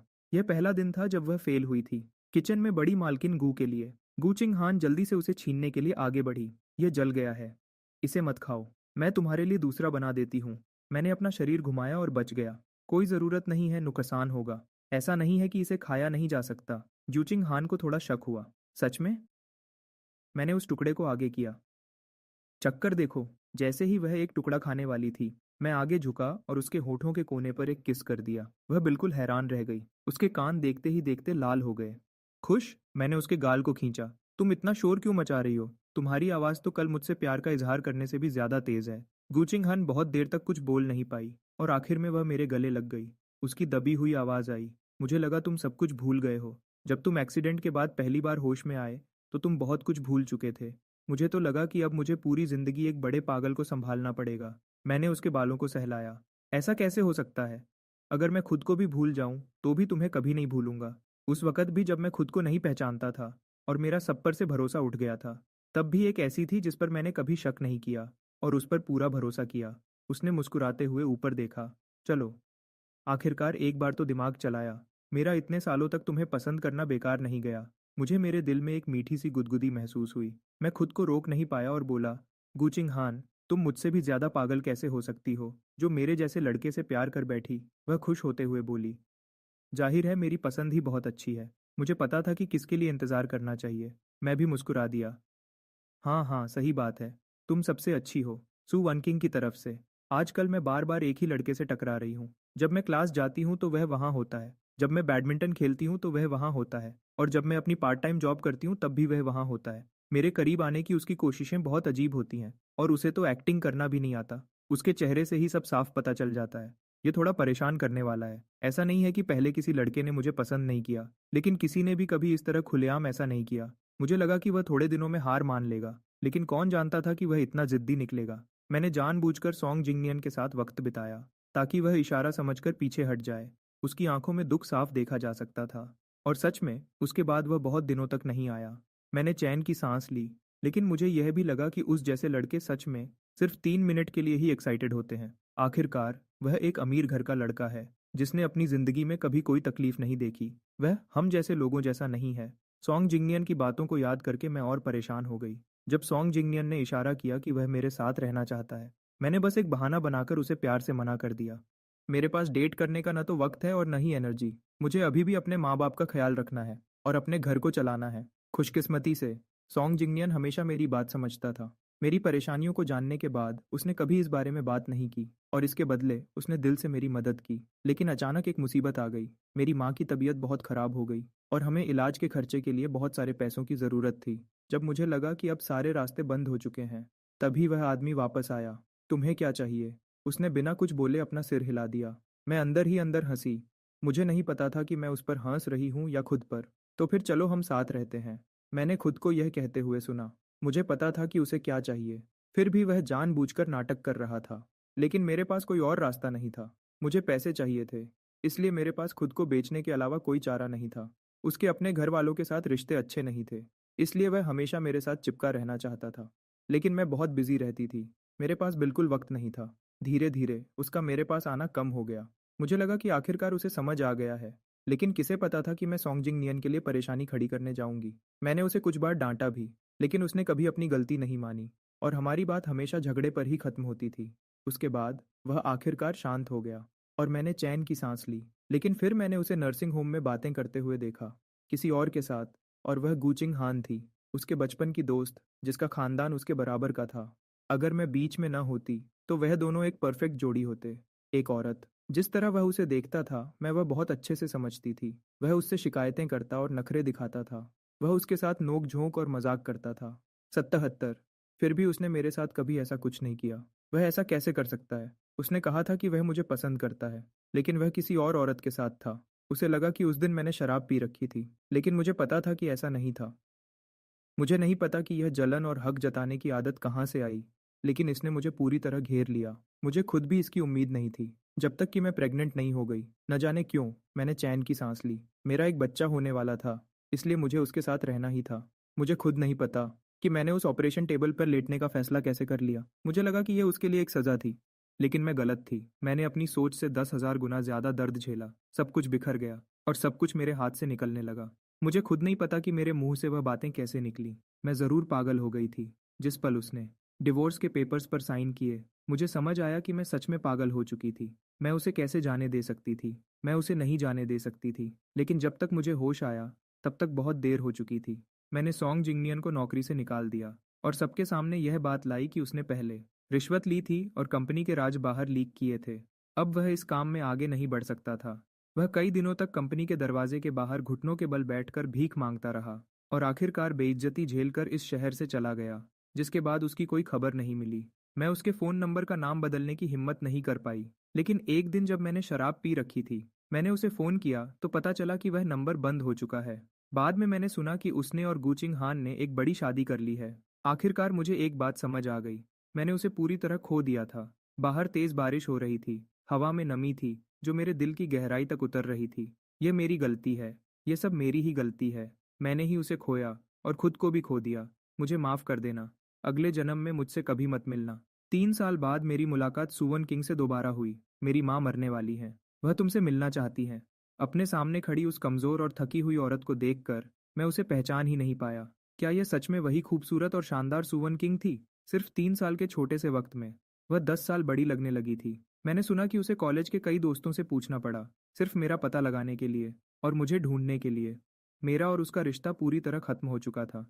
लेकिन उस कमज़ोर और बीमार बूढ़ी औरत के बारे में सोचकर, जो हॉस्पिटल के बेड पर लेटी हुई थी, मैंने आखिरकार हाँ कह दिया। लेकिन मुझे बाद में कुछ काम है, इसलिए मैं ज़्यादा देर नहीं रुक पाऊंगा। सू वेंकिंग की उदास आंखों में अचानक चमक आ गई। उसे यकीन नहीं हुआ कि मैं इतनी जल्दी मान गया और एक पल के लिए वह घबरा गई। कोई बात नहीं, मुझे खुशी है कि तुम चलने के लिए तैयार हो। उसके चेहरे पर एक अजीब सी नरमी और घबराहट थी। मैं बहुत शुक्रगुजार हूँ कि तुम चलने के लिए तैयार हो। घर पर एक फ़ोन करने के बाद मैं सू ऑन चिंग के साथ मदर सू से मिलने गया। हैरत की बात थी कि मदर सू किसी नर्सिंग होम में नहीं रह रही थी। आखिरकार गाड़ी एक पुरानी और टूट फूटी अपार्टमेंट बिल्डिंग के सामने रुकी। ओह हाँ, मैंने सुना था कि कुछ साल पहले सू वेनकिंग और सॉन्ग जिंगयान के बीच झगड़ा हो गया था। सॉन्ग जिंगयान ने अपने दिल में दुश्मनी रख ली थी और वह जानबूझकर सुवन किंग की दुश्मन कंपनी में शामिल हो गया। धीरे धीरे उसने सू वन किंग को पूरी तरह बर्बाद कर दिया। उसका कंपनी बंद हो गया। वह कर्जे में पूरी तरह डूब चुकी थी और शायद वह अपने पुराने दोस्तों से भी पैसे मांग रही थी। मुझे नहीं पता कि इसके बाद उसने कैसे गुजारा किया, लेकिन आखिर में उसकी ऐसी हालत हो गई। वह नर्सिंग होम की महंगी फीस नहीं दे सकती थी और उसके पास रहने के लिए कोई अच्छी जगह भी नहीं थी और वह बड़ी मुश्किल से ऐसी जगह किराए पर लेकर रह रही थी। दरवाजे पर पहुंचकर सू वनकिंग ने अपना हाथ दरवाजे पर रखा, लेकिन वह तुरंत अंदर नहीं गई। उसने एक गहरी सांस ली और फिर दरवाजा खोलकर अंदर चली गई। मदर सू बीमार हालत में बेड पर लेटी हुई थी। वह बहुत कमजोर लग रही थी और बड़ी मुश्किल से सांस ले रही थी। सू वनकिंग ने आवाज दी, माँ। उनकी आवाज़ सुनकर मदर सू ने अपनी आंखें खोली, लेकिन धीरे से अपना मुंह दूसरी तरफ घुमा लिया और फिर से अपनी आंखें बंद कर लीं। सू वनकिंग पास गई और धीरे से बोली, चेंशू आपसे मिलने आया है। मदर सू अचानक कांपने लगी और उन्होंने थोड़ा सा अपना सिर उठाया। आंटी सू, मैंने उन्हें नमस्ते किया। मदर सू की आंखें तुरंत लाल हो गईं और उनके आंसू बहने लगे, जो उनके कमजोर और पतले हाथ पर गिर रहे थे। सू वनकिंग ने जल्दी से उनके आंसू पोंछने की कोशिश की, लेकिन मदर सू ने उसे जोर से पीछे धकेल दिया और कहा, बाहर जाओ, मेरा तुम जैसी कोई बेटी नहीं है। अचानक धक्का लगने से सू वनकिंग जमीन पर गिर गई और उसके चेहरे पर आंसू बहने लगे। मुझे थोड़ा अजीब लगा। मुझे नहीं पता था कि माँ और बेटी का रिश्ता इस मोड़ पर कैसे पहुंच गया। आंटी सू, प्लीज परेशान मत होइए। मदर सू के आंसू और तेजी से बहने लगे। उन्होंने अपना मुंह खोला। उनकी आवाज भारी और रोने जैसी थी। मुझे अब सब पता चल गया है। वन किंग, हम गलत थे। हमारे सू परिवार ने तुम्हारे साथ बहुत बुरा किया। मैं थोड़ी देर के लिए चुप रहा। फिर मैंने अपना सिर हिलाया और कहा, यह सब पुरानी बातें हैं। अब सबकी अपनी अलग जिंदगी है। हमें हमेशा आगे बढ़ना चाहिए। क्या आपको ऐसा नहीं लगता? मैंने अपनी पूरी जिंदगी अच्छे काम किए, फिर भी मुझे ऐसी सजा मिल रही है। मैं इसी सजा के लायक हूँ। चेंशू, तुम एक बहुत अच्छे बच्चे हो। अब यहाँ दोबारा मत आना। अपनी लाल और सूजी हुई आंखों के साथ सू वंकिंग ने मुझे नीचे तक छोड़ने के लिए कहा। कोई ज़रूरत नहीं है, तुम बस अपनी माँ का ख्याल रखो। मैंने अपने फ़ोन पर टाइम देखते हुए कहा। सू वंकिंग ने दुख के साथ मुस्कुराकर कहा, जब से उन्हें पता चला है कि हमारा डिवोर्स हो गया है, उन्होंने मुझे अपना मानना बंद कर दिया है। वह जब भी मुझे देखती हैं गुस्सा हो जाती है। मुझ में बिल्कुल सब्र नहीं था और न ही मुझे यह सब सुनने में कोई दिलचस्पी थी। इसलिए मैंने अपनी कार की चाबी उठाई और जाने के लिए तैयार हो गया। सू वनकिंग थोड़ा हिचकिचाई। वह कुछ कहना चाहती थी लेकिन रुक गई। चेंचू, क्या तुम सच में इतनी जल्दी में हो? क्या तुम खाना खाने के लिए नहीं रुक सकते, या कम से कम एक कप चाय? मैंने हाँ में सिर हिलाया। मैं सच में जल्दी में हूँ। चाओबाओ की स्कूल से छुट्टी हो गई है। मुझे उसे लेने जाना है। अगर मुझे देर हो गई तो उसकी माँ मुझे फिर से कोने में खड़ा कर देगी। सू वनकिंग को ऐसा लगा जैसे उस पर बिजली गिर गई हो। उसका शरीर कांपने लगा और उसका चेहरा बिल्कुल सफ़ेद पड़ गया। मैं तुम्हें बताना भूल गया। चाओबाओ मेरी बेटी है, मैंने मुस्कुराकर कहा। तुम उससे मिली नहीं हो, लेकिन उसकी आंखें बिल्कुल अपनी माँ जैसी हैं और उसका नाक और मुंह बिल्कुल मेरे जैसा है। सू वनकिंग के मुंह से एक शब्द भी नहीं निकला। वह सोफा पर गिर गई। उसने धीरे से अपना चेहरा छुपा लिया और फूट फूट कर रोने लगी। मैं मुड़कर चला गया और जैसे ही दरवाज़ा बंद हुआ, घर के अंदर से रोने की तेज़ आवाज़ आई। मैंने पीछे मुड़कर नहीं देखा और सीधा आगे बढ़ता गया और अपनी गाड़ी तेजी से स्कूल की तरफ ले गया। पापा! एक प्यारी सी छोटी बच्ची दौड़कर मेरी गोद में आ गई। मैंने उसे अपनी गोद में उठा लिया। चलो घर चलते हैं, आज मम्मी ने कुछ बहुत स्वादिष्ट बनाया है। उस छोटी लड़की ने तुरंत अपना नाक सिकोड़ा और मासूम सा चेहरा बनाया। पापा, मुझे आपके हाथ का खाना खाना है। मैंने उसकी नाक खींची। घर चलकर मैं तुम्हारे लिए खाना बनाऊंगा।